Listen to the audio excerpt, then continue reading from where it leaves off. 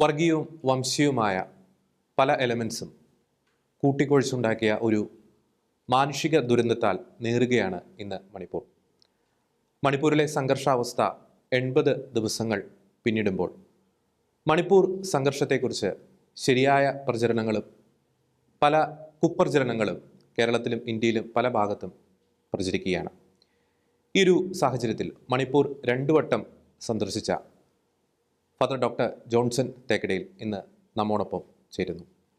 Father, പ്രത്യേകം സ്വാഗതം. അങ്ങേക്ക് 2 വട്ടം മണിപ്പൂർ സന്ദർശിക്കുവാനുള്ളൊരു അവസരമുണ്ടായി. അങ്ങ് ഈ നിലമ്പൂർ മേഖലയിൽ ഇവാഞ്ചലിക്കൽ സഭയുടെ ഒരു മലബാർ മിഷനുമായി ബന്ധപ്പെട്ട് സ്വസ്ഥമായിട്ടൊരു വൈദിക ശുശ്രൂഷ ചെയ്തുകൊണ്ടിരിക്കുന്ന ഒരു വ്യക്തിയാണ്. പക്ഷേ ഒരു റിസ്ക് എടുത്ത് ഈ മണിപ്പൂരിലേക്ക് അങ്ങ് പോകുന്നു. അതിൽ പല റിസ്കി എലമെൻസും ഉണ്ട്. ജീവൻ വരെ അപകടത്തിൽപ്പെടാവുന്ന പല സാഹചര്യങ്ങളുണ്ട്. ഫിനാൻഷ്യലായിട്ടുള്ള പല റിസ്കുകളും ഉണ്ട്. അപ്പോൾ അങ്ങയുടെ ഈ 2 സന്ദർശനത്തിന് പിന്നിൽ എന്തെങ്കിലും പ്രത്യേക ഒരു അജണ്ടയുണ്ട്? ഉണ്ട്, തീർച്ചയായിട്ടും. കാരണം ഭാരത ക്രൈസ്തവ സഭകൾ ക്രിസ്തുയേശുവിൻ്റെ ശരീരത്തിൻ്റെ വിവിധ അവയവങ്ങളാണെന്ന് വിശ്വസിക്കുന്ന ഒരാളാണ് ഞാൻ. അപ്പോൾ നമ്മുടെ ക്രിസ്തുവാകുന്ന ശരീരത്തിൻ്റെ ഏതൊരു അവയവത്തിന് എവിടെ വേദന ഉണ്ടായാലും അത് നമ്മളെല്ലാം ബാധിക്കുന്നതും നമ്മളെ വേദനിപ്പിക്കുന്നതുമാണ്. ഇപ്പം ഈ വർഷം തന്നെ ജനുവരി ഫെബ്രുവരി മാസങ്ങളിൽ 2 പ്രാവശ്യം ഞാൻ നാരായൺപൂരിലും പോയിരുന്നു. നാരായൺപൂരിലും ഇതേപോലുള്ള സമാനമായ പ്രശ്നങ്ങളുണ്ടായപ്പോൾ ആ സംഭവങ്ങൾ എന്താണെന്ന് വാസ്തവമായിട്ട് മനസ്സിലാക്കുകയും ലോകത്തോട് ആ കാര്യം പറയുകയും ചെയ്യാനുള്ള അതിനകത്ത് പ്രധാനമായിട്ട് മണിപ്പൂരിലേക്ക് ഞാൻ പോകാൻ കാരണം അവിടെ നടക്കുന്ന സംഭവങ്ങളെ ഇവിടെ ചിത്രീകരിച്ചതും അവിടെ നിന്ന് എന്നെ വിളിച്ച് പറഞ്ഞായിട്ടുള്ള ആളുകൾ പറഞ്ഞതും തമ്മിൽ യാതൊരു പൊരുത്തവും കണ്ടില്ല. അപ്പോൾ അതിൻ്റെ യാഥാർത്ഥ്യം മനസ്സിലാക്കാൻ വേണ്ടിയിട്ടാണ് ഈ ജൂൺ മാസത്തിൽ ആദ്യത്തെ വാരത്തിൽ ഞാനും അഡ്വക്കേറ്റ് ജസ്റ്റിൻ പള്ളിവാതിക്കലും കൂടെ അവിടെ പോകുന്നത്. അവിടെ ചെന്ന് കഴിഞ്ഞപ്പോഴാണ് വാസ്തവങ്ങൾ നമുക്ക് മനസ്സിലായത്. അത് വന്ന് കേരളത്തിൽ പങ്കുവെച്ച് കഴിഞ്ഞപ്പോഴാണ് കേരള സഭകൾ ഇത് ഏറ്റെടുത്ത് പ്രാർത്ഥിക്കാനായിട്ട് ആരംഭിച്ചത്. അതിനുശേഷം 2ാമത്തെ പ്രാവശ്യം പോയപ്പോൾ ഒരു മിറ്റിഗേഷൻ അഥവാ റിക്കൺസിലിയേഷന് വേണ്ടിയിട്ട് 2 കൂട്ടരെയും ഒരുമിപ്പിക്കാൻ പറ്റുമോ എന്നുള്ള അറിയാൻ വേണ്ടിയായിരുന്നു. അപ്പോൾ ആദ്യം പോയപ്പോൾ നമ്മൾ കൊണ്ടുപോയ സഹായങ്ങൾ വളരെ അപര്യാപ്തമായിരുന്നു. എന്നാൽ 2ാമത്തെ പ്രാവശ്യം നമ്മൾ കുറച്ചും കൂടെ സഹായങ്ങൾ കൊടുക്കാനും അതോടൊപ്പം തന്നെ അവരെ എങ്ങനെ റിക്കൺസിലിയേഷനിലേക്ക് കൊണ്ടുവരാൻ കഴിയുമെന്നുള്ള ആ ആഗ്രഹത്തോടും കൂടിയാണ് പോയത്. അതിൽ ഒരു നല്ല പരിധിവരെ നമുക്ക് വിജയിക്കാൻ കഴിഞ്ഞു എന്നുള്ളത് ചാരിതാർത്ഥ്യത്തോട് ഓർക്കുകയും ദൈവത്തിന് നന്ദി പറയുകയും അതോടൊപ്പം തന്നെ പ്രാർത്ഥിച്ച് സഹായിച്ച ഒരുപാട് ദൈവജനമുണ്ട്. കേരളത്തിന് വെളിയിലുമുള്ള വിവിധ സഭകളിൽ ഉൾപ്പെട്ടു നിൽക്കുന്ന ദൈവത്തെ സ്നേഹിക്കുന്ന കർത്താവിൻ്റെ മക്കളായിട്ടുള്ളവരെ അവരെല്ലാം നന്ദി പുരസ്കാരം ഈ സമയത്ത് ഓർക്കുകയും കൂടിയാണ്. ഒപ്പം തന്നെ ഫാദർ ജോൺസൺ തേക്കടി, പ്രത്യേകിച്ച് അങ്ങയുടെ ഒരു സന്ദർശനത്തിന് ശേഷമാണ് ഈ ക്രിസ്തീയ ഉന്മൂലനം എന്നൊരു വാക്ക് മണിപ്പൂർ സംഘർഷവുമായി ബന്ധപ്പെട്ട് കേരളത്തിൽ വ്യാപകമായി പ്രചരിച്ചത്. അതിനു മുമ്പ് ഈ സംഘർഷം തുടങ്ങിയ ഘട്ടത്തിൽ പോലും ക്രൈസ്തവ സഭാ നേതൃത്വമായിക്കോട്ടെ, ഭൂരിഭാഗം ക്രൈസ്തവ വിശ്വാസികളുമായിക്കോട്ടെ, അതൊരു വംശീയ സംഘർഷം അല്ലെങ്കിൽ ഗോത്രങ്ങൾ തമ്മിലുള്ള സംഘർഷം എന്ന നിലയിലാണ് കണ്ടിരുന്നത്. പക്ഷേ അങ്ങയിൽ നിന്നാണ്, അങ്ങയുടെ പല പ്രസംഗങ്ങളിൽ നിന്നും അങ്ങയുടെ യാത്രാ വിവരണങ്ങളിൽ നിന്നാണ് ക്രിസ്തീയ ഉന്മൂലനം. മറുസൈഡിൽ മറ്റൊരു കാര്യം കൂടി നാം ചിന്തിക്കേണ്ടതുണ്ട്. അവിടെ ഈ ഹൈന്ദവ അമ്പലങ്ങളും തകർക്കപ്പെട്ടു എന്നൊരു യാഥാർത്ഥ്യം ഇവിടെ നിലനിൽക്കുന്നുണ്ട്. അപ്പോൾ ഒരു തീവ്ര ഹിന്ദുത്വ സംഘടന അവിടെ ഒരു ക്രിസ്തീയ വിശ്വാസികളെ, ക്രൈസ്തവ വിശ്വാസികൾ ഞങ്ങളുടെ ഹൈന്ദവ ദേവാലയങ്ങൾ ആക്രമിച്ചു, ഇപ്പോൾ നടക്കുന്ന സമാനമായിട്ടുള്ള രീതിയിലുള്ള ഒരു പ്രചരണം അവരും ആരംഭിച്ചു കഴിഞ്ഞാൽ ഇന്ത്യയെ പോലുള്ള, കേരളം പോലുള്ള വളരെ സെൻസിറ്റീവ് ആയിട്ടുള്ള ഒരു മേഖലയിൽ അത് ദൂരവ്യാപകമായിട്ടുള്ളൊരു പ്രത്യാഘാതം സൃഷ്ടിക്കുന്നതല്ല. ആ പദം ആദ്യം ഉപയോഗിച്ച് ഞാനല്ല, അത് അവിടുത്തെ തന്നെയുള്ള നമ്മുടെ പ്രിയപ്പെട്ട ബഹുമാനപ്പെട്ട അച്ഛന്മാരും അവിടുത്തെ അഭിമന്യ ബിഷപ്പും ഒക്കെ ഈ കാര്യത്തെക്കുറിച്ച് കൃത്യമായിട്ട് KCBCക്കൊക്കെ ഉള്ള ഇൻഫർമേഷൻസ് കൊടുത്തിരുന്നു. CBCയിൽ അവർ അറിയിച്ചിരുന്നു. എന്നാൽ ഞാൻ ആ പദമല്ല ഉപയോഗിച്ചത്. ക്രൈസ്തവർക്ക് നേരെ ഉപദ്രവം നടക്കുന്നു, അതാണ്. ക്രൈസ്തവരെ അവിടെ ഇല്ലാതെയാക്കണം. അതിന് പ്രത്യേകമായ കാരണമുണ്ട് നമ്മൾ പറയാൻ. അവിടുത്തെ വസ്തുതകളെ കൃത്യമായി പഠിച്ചു കഴിഞ്ഞപ്പോഴാണ് നമ്മൾ പറയുന്നത്. പിന്നെ അതൊരു ക്രൈസ്തവ ഹൈന്ദവ പോരാട്ടമല്ല. അങ്ങനെ ഒരു കുപ്രചരണം ഇവിടെ നടക്കുന്നുണ്ട്. ക്രൈസ്തവ ഹൈന്ദവ പോരാട്ടമായിട്ട് അതിനെ ചിത്രീകരിക്കാനോ നമുക്കത് ആ വിധത്തിൽ അതിനെ കാണാനോ കഴിയില്ല. അവിടുത്തെ ഹൈന്ദവരെല്ലാം വളരെ പീസ്ഫുള്ളായിട്ട്, സന്തോഷമായിട്ട്, ഐക്യമായിട്ട് ജീവിക്കുന്നവരാണ് എല്ലാവരുമായിട്ട്. പിന്നെ ആരാണ് ഇതിൻ്റെ പിന്നിൽ? ഇതിൻ്റെ പിന്നിൽ കൃത്യമായിട്ട് 2 വിഭാഗമാണുള്ളത്. ഒന്ന് അരമ്പായ് താങ്കോൽ. അരമ്പായ് താങ്കോൽ എന്ന് പറയുന്നത് അവിടെയുള്ള പഴയ മാർഗത്തിലേക്ക് 300 വർഷങ്ങൾക്ക് മുമ്പ് എന്തായിരുന്നുവോ മണിപ്പൂരിൽ, അന്ന് കാംഗ്ലോപാക്ക് എന്നറിയപ്പെട്ട ആ രാജ്യത്ത് ഏത് മതമായിരുന്നോ ഉണ്ടായിരുന്നത് അതിലേക്ക് മടങ്ങിപ്പോകണം, അതായത് സനാമഹിസത്തിലേക്ക് മടങ്ങിപ്പോകണമെന്ന് വിശ്വസിക്കുകയും പ്രചരിപ്പിക്കുകയും ചെയ്യുന്ന അരമ്പായ് താങ്കോൽ. അതിൻ്റെ ചുക്കാൻ പിടിക്കുന്ന അവിടുത്തെ ആദരണീയനായിരിക്കുന്ന മുഖ്യമന്ത്രിയും അതേപോലെ തന്നെ അവിടുത്തെ മഹാരാജ എന്നറിയപ്പെടുന്ന MP-യുമാണ്.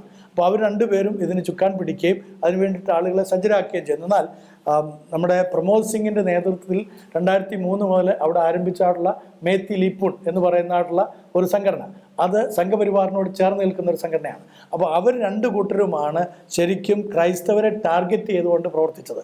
അല്ലാതെ അവിടുത്തെ ഹൈന്ദവ സഹോദരങ്ങൾക്കോ അവിടെയുള്ള സാധാരണ സനാമിസത്തിൽ വിശ്വസിക്കുന്നവർക്കോ മറ്റു മതക്കാർക്കോ അവിടെ യാതൊരു വിധത്തിലുള്ള പ്രശ്നവുമില്ല. ക്രൈസ്തവരോടും അവർക്ക് യാതൊരു പ്രയാസങ്ങളുമില്ല. ഒപ്പം ഈ അങ്ങ് മുഖ്യമന്ത്രി ബിരേൻ സിംഗിനെ കുറിച്ച് വളരെ രൂക്ഷമായ വിമർശനം ഉന്നയിക്കുന്ന വ്യക്തിയാണ്. കഴിഞ്ഞ ദിവസം ഷെക്കേന നടന്ന ചർച്ചയിൽ പോലും ബിരേൻ സിംഗ് മുഖ്യമന്ത്രി എന്ന ഒരു പദം അദ്ദേഹത്തെ വിശേഷിപ്പിക്കാൻ ഉപയോഗിക്കരുത് എന്ന രൂക്ഷമായ ഒരു ആരോപണം അങ്ങ് ഉന്നയിച്ചു.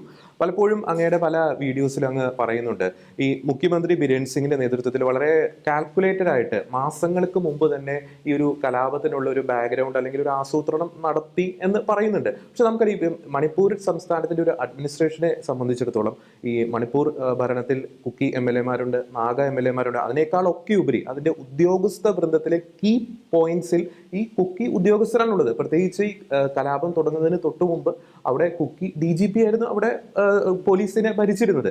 അപ്പോൾ ഇത്രത്തോളം കാൽക്കുലേറ്റഡ് ആയിട്ട് ഒരു ബാക്ക്ഗ്രൗണ്ട് ക്രിയേറ്റ് ചെയ്തെങ്കിൽ ഈ ഉദ്യോഗസ്ഥരൊക്കെ അറിയേണ്ടതല്ലേ? ഒന്നാമത്തെ കാര്യം, ഇത് ഞാനായിട്ട് പറഞ്ഞതല്ല, എന്നോട് അവിടുത്തെ അദ്ദേഹത്തിൻ്റെ മന്ത്രിസഭയിലെ പ്രധാനപ്പെട്ട ഒരു മന്ത്രി തന്നെ ഈ കാര്യങ്ങൾ വളരെ കൃത്യമായിട്ട് പറഞ്ഞതാണ്. അപ്പോൾ അതിൻ്റെ അടിസ്ഥാനത്തിലാണ് ഇതെല്ലാം വെളിപ്പെടുത്തുന്നത്. അവിടുത്തെ MLA പറഞ്ഞാണ്. അപ്പോൾ അതിനകത്ത് ഒന്നാമത്തെ കാര്യം, അദ്ദേഹം ഒരു മുഖ്യമന്ത്രിയായിട്ട് ഇനി തുടരാൻ പറ്റുകയില്ലെന്ന് പറയുന്നതിന് കാരണം ഈ ഇത്രയും ദിവസമായിട്ട് 80 ദിവസമായിട്ട് ഇന്ന് വരെ ഒരു മന്ത്രിസഭാ യോഗം വിളിച്ചിട്ടില്ല. ഒരു സംസ്ഥാനത്തിന് പ്രശ്നം ഉണ്ടാകുമ്പോൾ ആദ്യം എന്താ ചെയ്യേണ്ടത്? മുഖ്യമന്ത്രി എന്നുള്ള നിലയിൽ അദ്ദേഹം മന്ത്രിസഭാ യോഗം വിളിച്ചിട്ട് ക്രൂഷ്യൽ ഡിസിഷൻ എടുക്കാനായിട്ട് പ്രേരിപ്പിക്കുക എന്നുള്ളത് അത് ചെയ്തിട്ടില്ല. രണ്ടാമത്തെ കാര്യം, ഒരൊറ്റ MLA-മാരുമായിട്ട് പോലും അദ്ദേഹം ആശയവിനിമയങ്ങൾ നടത്തുന്നില്ല. അദ്ദേഹം തന്നെ യാതൊരു വിധത്തിലുള്ള ഒരു പവർ എക്സർസൈസ് ചെയ്യാനായിട്ട് മുന്നോട്ട് വരുന്നുമില്ല. കൂടാതെ ഇത് ഞാൻ നേരത്തെ സൂചിപ്പിച്ച പോലെ അരങ്കായ് തങ്കോൾ എന്ന് പറയുന്നതായിട്ടുള്ള വിഭാഗവും അതുപോലെ മേത്തി ലൂപ്പോ എന്ന് പറയുന്നതായിട്ടുള്ള വിഭാഗവും അവരെ ആരാണ് ഇതിനു വേണ്ടി ട്രെയിൻ ചെയ്തതെന്നുള്ളതാണ് മറുചോദ്യം. ആ ചോദ്യത്തിന് ഉത്തരവെന്ന് പറയുന്നത് ബഹുമാനപ്പെട്ട മുഖ്യമന്ത്രിയുടെ സാന്നിധ്യത്തിലാണ് ഈ കാര്യങ്ങൾ നടന്നിരിക്കുന്നത്. അദ്ദേഹം പറഞ്ഞൊരു പ്രസ്താവന നിങ്ങൾ ശ്രദ്ധിച്ചു കാണും. ആദ്യത്തെ തലേ ദിവസം പറഞ്ഞു അവിടെയൊക്കെ ട്രൈബൽസ് ആണ് ജീവിക്കുന്നതെന്ന്. പിറ്റേ ദിവസത്തിലെ 40 പേരെ കൊന്നതിന് ശേഷം അദ്ദേഹം എന്താ പറഞ്ഞത്? തീവ്രവാദികളെ കൊന്നു. അപ്പം കുക്കി വിഭാഗം മുഴുവൻ തീവ്രവാദികൾ എന്നുള്ള അർത്ഥത്തിലല്ലേ പറഞ്ഞത്. അപ്പം ആ ഒരു പദം അദ്ദേഹം ആദ്യമായിട്ടല്ല ഉപയോഗിക്കുന്നത്. അവരുടെ മന്ത്രിമാർ പറയുകയാണ്, അദ്ദേഹത്തിൻ്റെ മന്ത്രിസഭയിലെ മന്ത്രിമാർ പറയുകയാണ്, കുക്കി വിഭാഗത്തോട് ഇദ്ദേഹം ഒരു ചിത്തമമായ നയമാണ് എപ്പോഴും നടത്തിയിരുന്നത്. അതിന് അവർ ഒരുപാട് തെളിവുകൾ തരുന്നുണ്ട്. ഇംബാലൻസ്ഡ് ബഡ്ജറ്റൊക്കെ അതിൻ്റെ ഒരു തെളിവാണ്. മാത്രമല്ല അവർ പറയുന്നത് നിങ്ങൾക്ക് IG ഉണ്ട്, നിങ്ങൾക്ക് DGP ഉണ്ട്, നിങ്ങൾക്ക് IAS-കാരുണ്ട്, you Kukis having all these authorities in your hands എന്ന് കൂടെ പറയും. അപ്പോൾ യു കുക്കീസ് എന്നുള്ള പദം ശരിക്കും കുക്കി മന്ത്രിമാരെയും MLA-മാരെയും ഒരുപാട് വേദനിപ്പിച്ചിട്ടുണ്ട്. പക്ഷേ ഈ കുക്കി വിഭാഗത്തോട് ചിറ്റമ്മ നയം പുലർത്തുന്നു അങ്ങ് പറയുന്നു. പക്ഷേ ഈ 2016, 2021 കാലഘട്ടത്തിൽ വമ്പിച്ച ഭൂരിപക്ഷത്തോടുകൂടിയാണ് BJP ഗവൺമെന്റ് അവിടെ അധികാരത്തിൽ വന്നത്. അവരുടെ ഒരു വിജയത്തിൽ ഈ കുക്കി വിഭാഗക്കാരുടെ ഒരു വോട്ട് നിർണായക പങ്ക് വഹിച്ചിട്ടില്ല. അപ്പോൾ എങ്ങനെ അതങ്ങനെ പറയാൻ സാധിക്കും? അതെ, അതുകൊണ്ട് തന്നെയാണ് അവരോടുള്ള ഒരു ചിറ്റമ്മ നയം ഇദ്ദേഹത്തിന് ഉണ്ടായിരുന്നു എന്ന് അവർ പറയുന്നത്. ഇത്രയൊക്കെ ഇദ്ദേഹത്തെ സഹായിച്ചിട്ടും അവർക്ക് വേണ്ടുന്ന സഹായം ഇദ്ദേഹത്തിൽ നിന്ന് കിട്ടുന്നില്ലെന്നുള്ളതാണ്. അതിനോട് ചെറിയ ഉദാഹരണം പറയും. ഈ പ്രശ്നം ഉണ്ടായപ്പോൾ എന്തുകൊണ്ട് DGP അവിടുന്ന് പെട്ടെന്ന് മാറ്റി, എന്നിട്ട് എന്തുകൊണ്ട് മറ്റൊരാളെ അവിടെ ആക്കി? ആ DGP-യുടെ നേതൃത്വത്തിൽ ആ കലാപം അടിച്ചൊതുക്കാനായിട്ടല്ലേ ശ്രമിക്കേണ്ടിയിരുന്നത്, അല്ലായിരുന്നോ? പക്ഷെ എന്തുകൊണ്ട് അദ്ദേഹം കുക്കി ആയതുകൊണ്ടല്ലേ മാറ്റിയത്? ആണോ ഇല്ലയോ? അപ്പോൾ അവിടെ ഒരു ചിറ്റമ്മ നയമല്ലേ. മാത്രമല്ല 3 പേർ ഇപ്പോൾ IAS ഗ്രേഡിൽ ചീഫ് സെക്രട്ടറി പോസ്റ്റിലേക്ക് തിരഞ്ഞെടുക്കപ്പെടാനായിട്ട് കിടക്കുകയാണ്. അതെല്ലാം കുക്കികളിൽ നിന്നുള്ളതാണ്. അപ്പോൾ അവർ വരാതിരിക്കാൻ തക്കവണ്ണം വേണ്ടുന്ന ആസൂത്രിതമായ നയങ്ങൾ നടത്തിയിട്ടുണ്ട്. ഞാൻ അവരുടെ അഡീഷണൽ ചീഫ് സെക്രട്ടറിയുമായിട്ട് സംസാരിച്ചിട്ടാണ് വരുന്നത്. അഡീഷണൽ ചീഫ് സെക്രട്ടറി കുക്കിയാണ്. അദ്ദേഹം പറയുന്നത് അവരോടൊക്കെ കാണിക്കുന്ന അസ്പൃഷ്ടത ഭയങ്കരമായിട്ടുള്ളതാണെന്ന് അവർക്കൊക്കെ വേദനിക്കുന്നുണ്ട്. കുക്കി വിഭാഗക്കാർ നമുക്കറിയാം, പല ഗോത്ര വിഭാഗക്കാരുണ്ട്. അതിൽ കുക്കി വിഭാഗക്കാർ ഗോത്ര വിഭാഗക്കാരാണ്. പ്രത്യേകിച്ച് നോർത്ത് ഈസ്റ്റിൽ വളരെയധികം നിർണായകമായ പൊളിറ്റിക്കലി വളരെ സ്വാധീന ശക്തിയുള്ളവരാണ് ഈ ഗോത്ര വിഭാഗക്കാർ. അത് കുക്കി ആയിക്കോട്ടെ നാഗന്മാരായിക്കോട്ടെ. അപ്പോൾ ഈ കുക്കി വിഭാഗക്കാർക്കെതിരെ ഇത്തരത്തിലുള്ള ഒരു ചിറ്റമ്മ നയം പുലർത്താൻ പ്രത്യേകിച്ച് BJP നേതൃത്വം നൽകുന്ന ഒരു ഗവൺമെന്റ് മണിപ്പൂർ നമുക്കറിയാം നോർത്ത് ഈസ്റ്റാണ്. നോർത്ത് ഈസ്റ്റിനെ സംബന്ധിച്ചിടത്തോളം BJP-യുടെ ഒരു പ്രൈഡാണ്. ഇപ്പോൾ ഗോവയിലായിക്കോട്ടെ കേരളത്തിലായിക്കോട്ടെ പലപ്പോഴും അവർ ഉദാഹരണങ്ങൾ എടുത്തു കാണിക്കുന്നത് നോർത്ത് ഈസ്റ്റിലാണ്. അപ്പോൾ ഇത്തരത്തിലുള്ളൊരു മണ്ടത്തരം അല്ലെങ്കിൽ ഒരു അബദ്ധം ഈ ഗോത്ര വിഭാഗക്കാരെ അടിച്ചമർത്തിക്കൊണ്ട് ചിലപ്പോൾ മണിപ്പൂരിൽ അവർക്കതൊരു നേട്ടം കൊയ്തേക്കാം. ഇംഫാൽ താഴ്വരയിലും മണിപ്പൂരിൽ ശാശ്വത കാലത്തേക്ക് അല്ലെങ്കിൽ ലോങ് ടേമിൽ അവർക്കൊരു അധികാരം നിലനിർത്താൻ സാധിച്ചേക്കാം. പക്ഷേ അതിനുവേണ്ടി അത്തരം പണ്ടത്തരം കാണിക്കുമ്പോൾ അവർ വില കൊടുക്കേണ്ടി വരുന്നത് നോർത്ത് ഈസ്റ്റ്, ഒപ്പം തന്നെ ഗോവ, ഒപ്പം തന്നെ കേരളം പോലുള്ള സംസ്ഥാനങ്ങളിൽ. അപ്പോൾ അത്തരം ഒരു മണ്ടത്തരം അവർ എങ്ങനെ കാണിക്കുമെന്നാണ് എൻ്റെ ചോദ്യം. അതിനാണല്ലോ മിസോറാമിലെ BJP-യുടെ വൈസ് പ്രസിഡന്റ് ഇപ്പോൾ രാജിവെച്ചിരിക്കുന്നത്. ആ മണ്ടത്തരമല്ലേ രാജിയിലേക്ക് കൊണ്ടുവന്നിരിക്കുന്നത്. അപ്പോൾ അവരെല്ലാവരും തന്നെ വളരെയധികം അസന്തുഷ്ടരാണെന്നുള്ളത് തെളിവല്ലേ അത്. അപ്പോൾ അവരോട് കാണിക്കുന്ന നയങ്ങൾ ശരിയല്ല എന്നുള്ള അവർക്കറിയാം. എന്നാൽ ഇത് അവരുടെ ഒരു പോളിസിയാണ്, ഈ ചിറ്റമ്മ നയം എന്നുള്ളൊരു പോളിസിയാണ്. അവർക്ക് ചിലർ മാത്രം മതി. ഇനിയിപ്പോൾ നേരത്തെ ജോർജ് ചോദിച്ചതിൻ്റെ ഉത്തരത്തിലേക്ക് പൂർണ്ണമായില്ലായിരുന്നല്ലോ. അവിടെ എന്തുകൊണ്ട് ഈ കുക്കികളെ അറ്റാക്ക് ചെയ്യുന്നു, അല്ലെങ്കിൽ അവരോട് ഈ അസ്പൃശ്യത കാണിക്കുന്നുള്ളത്?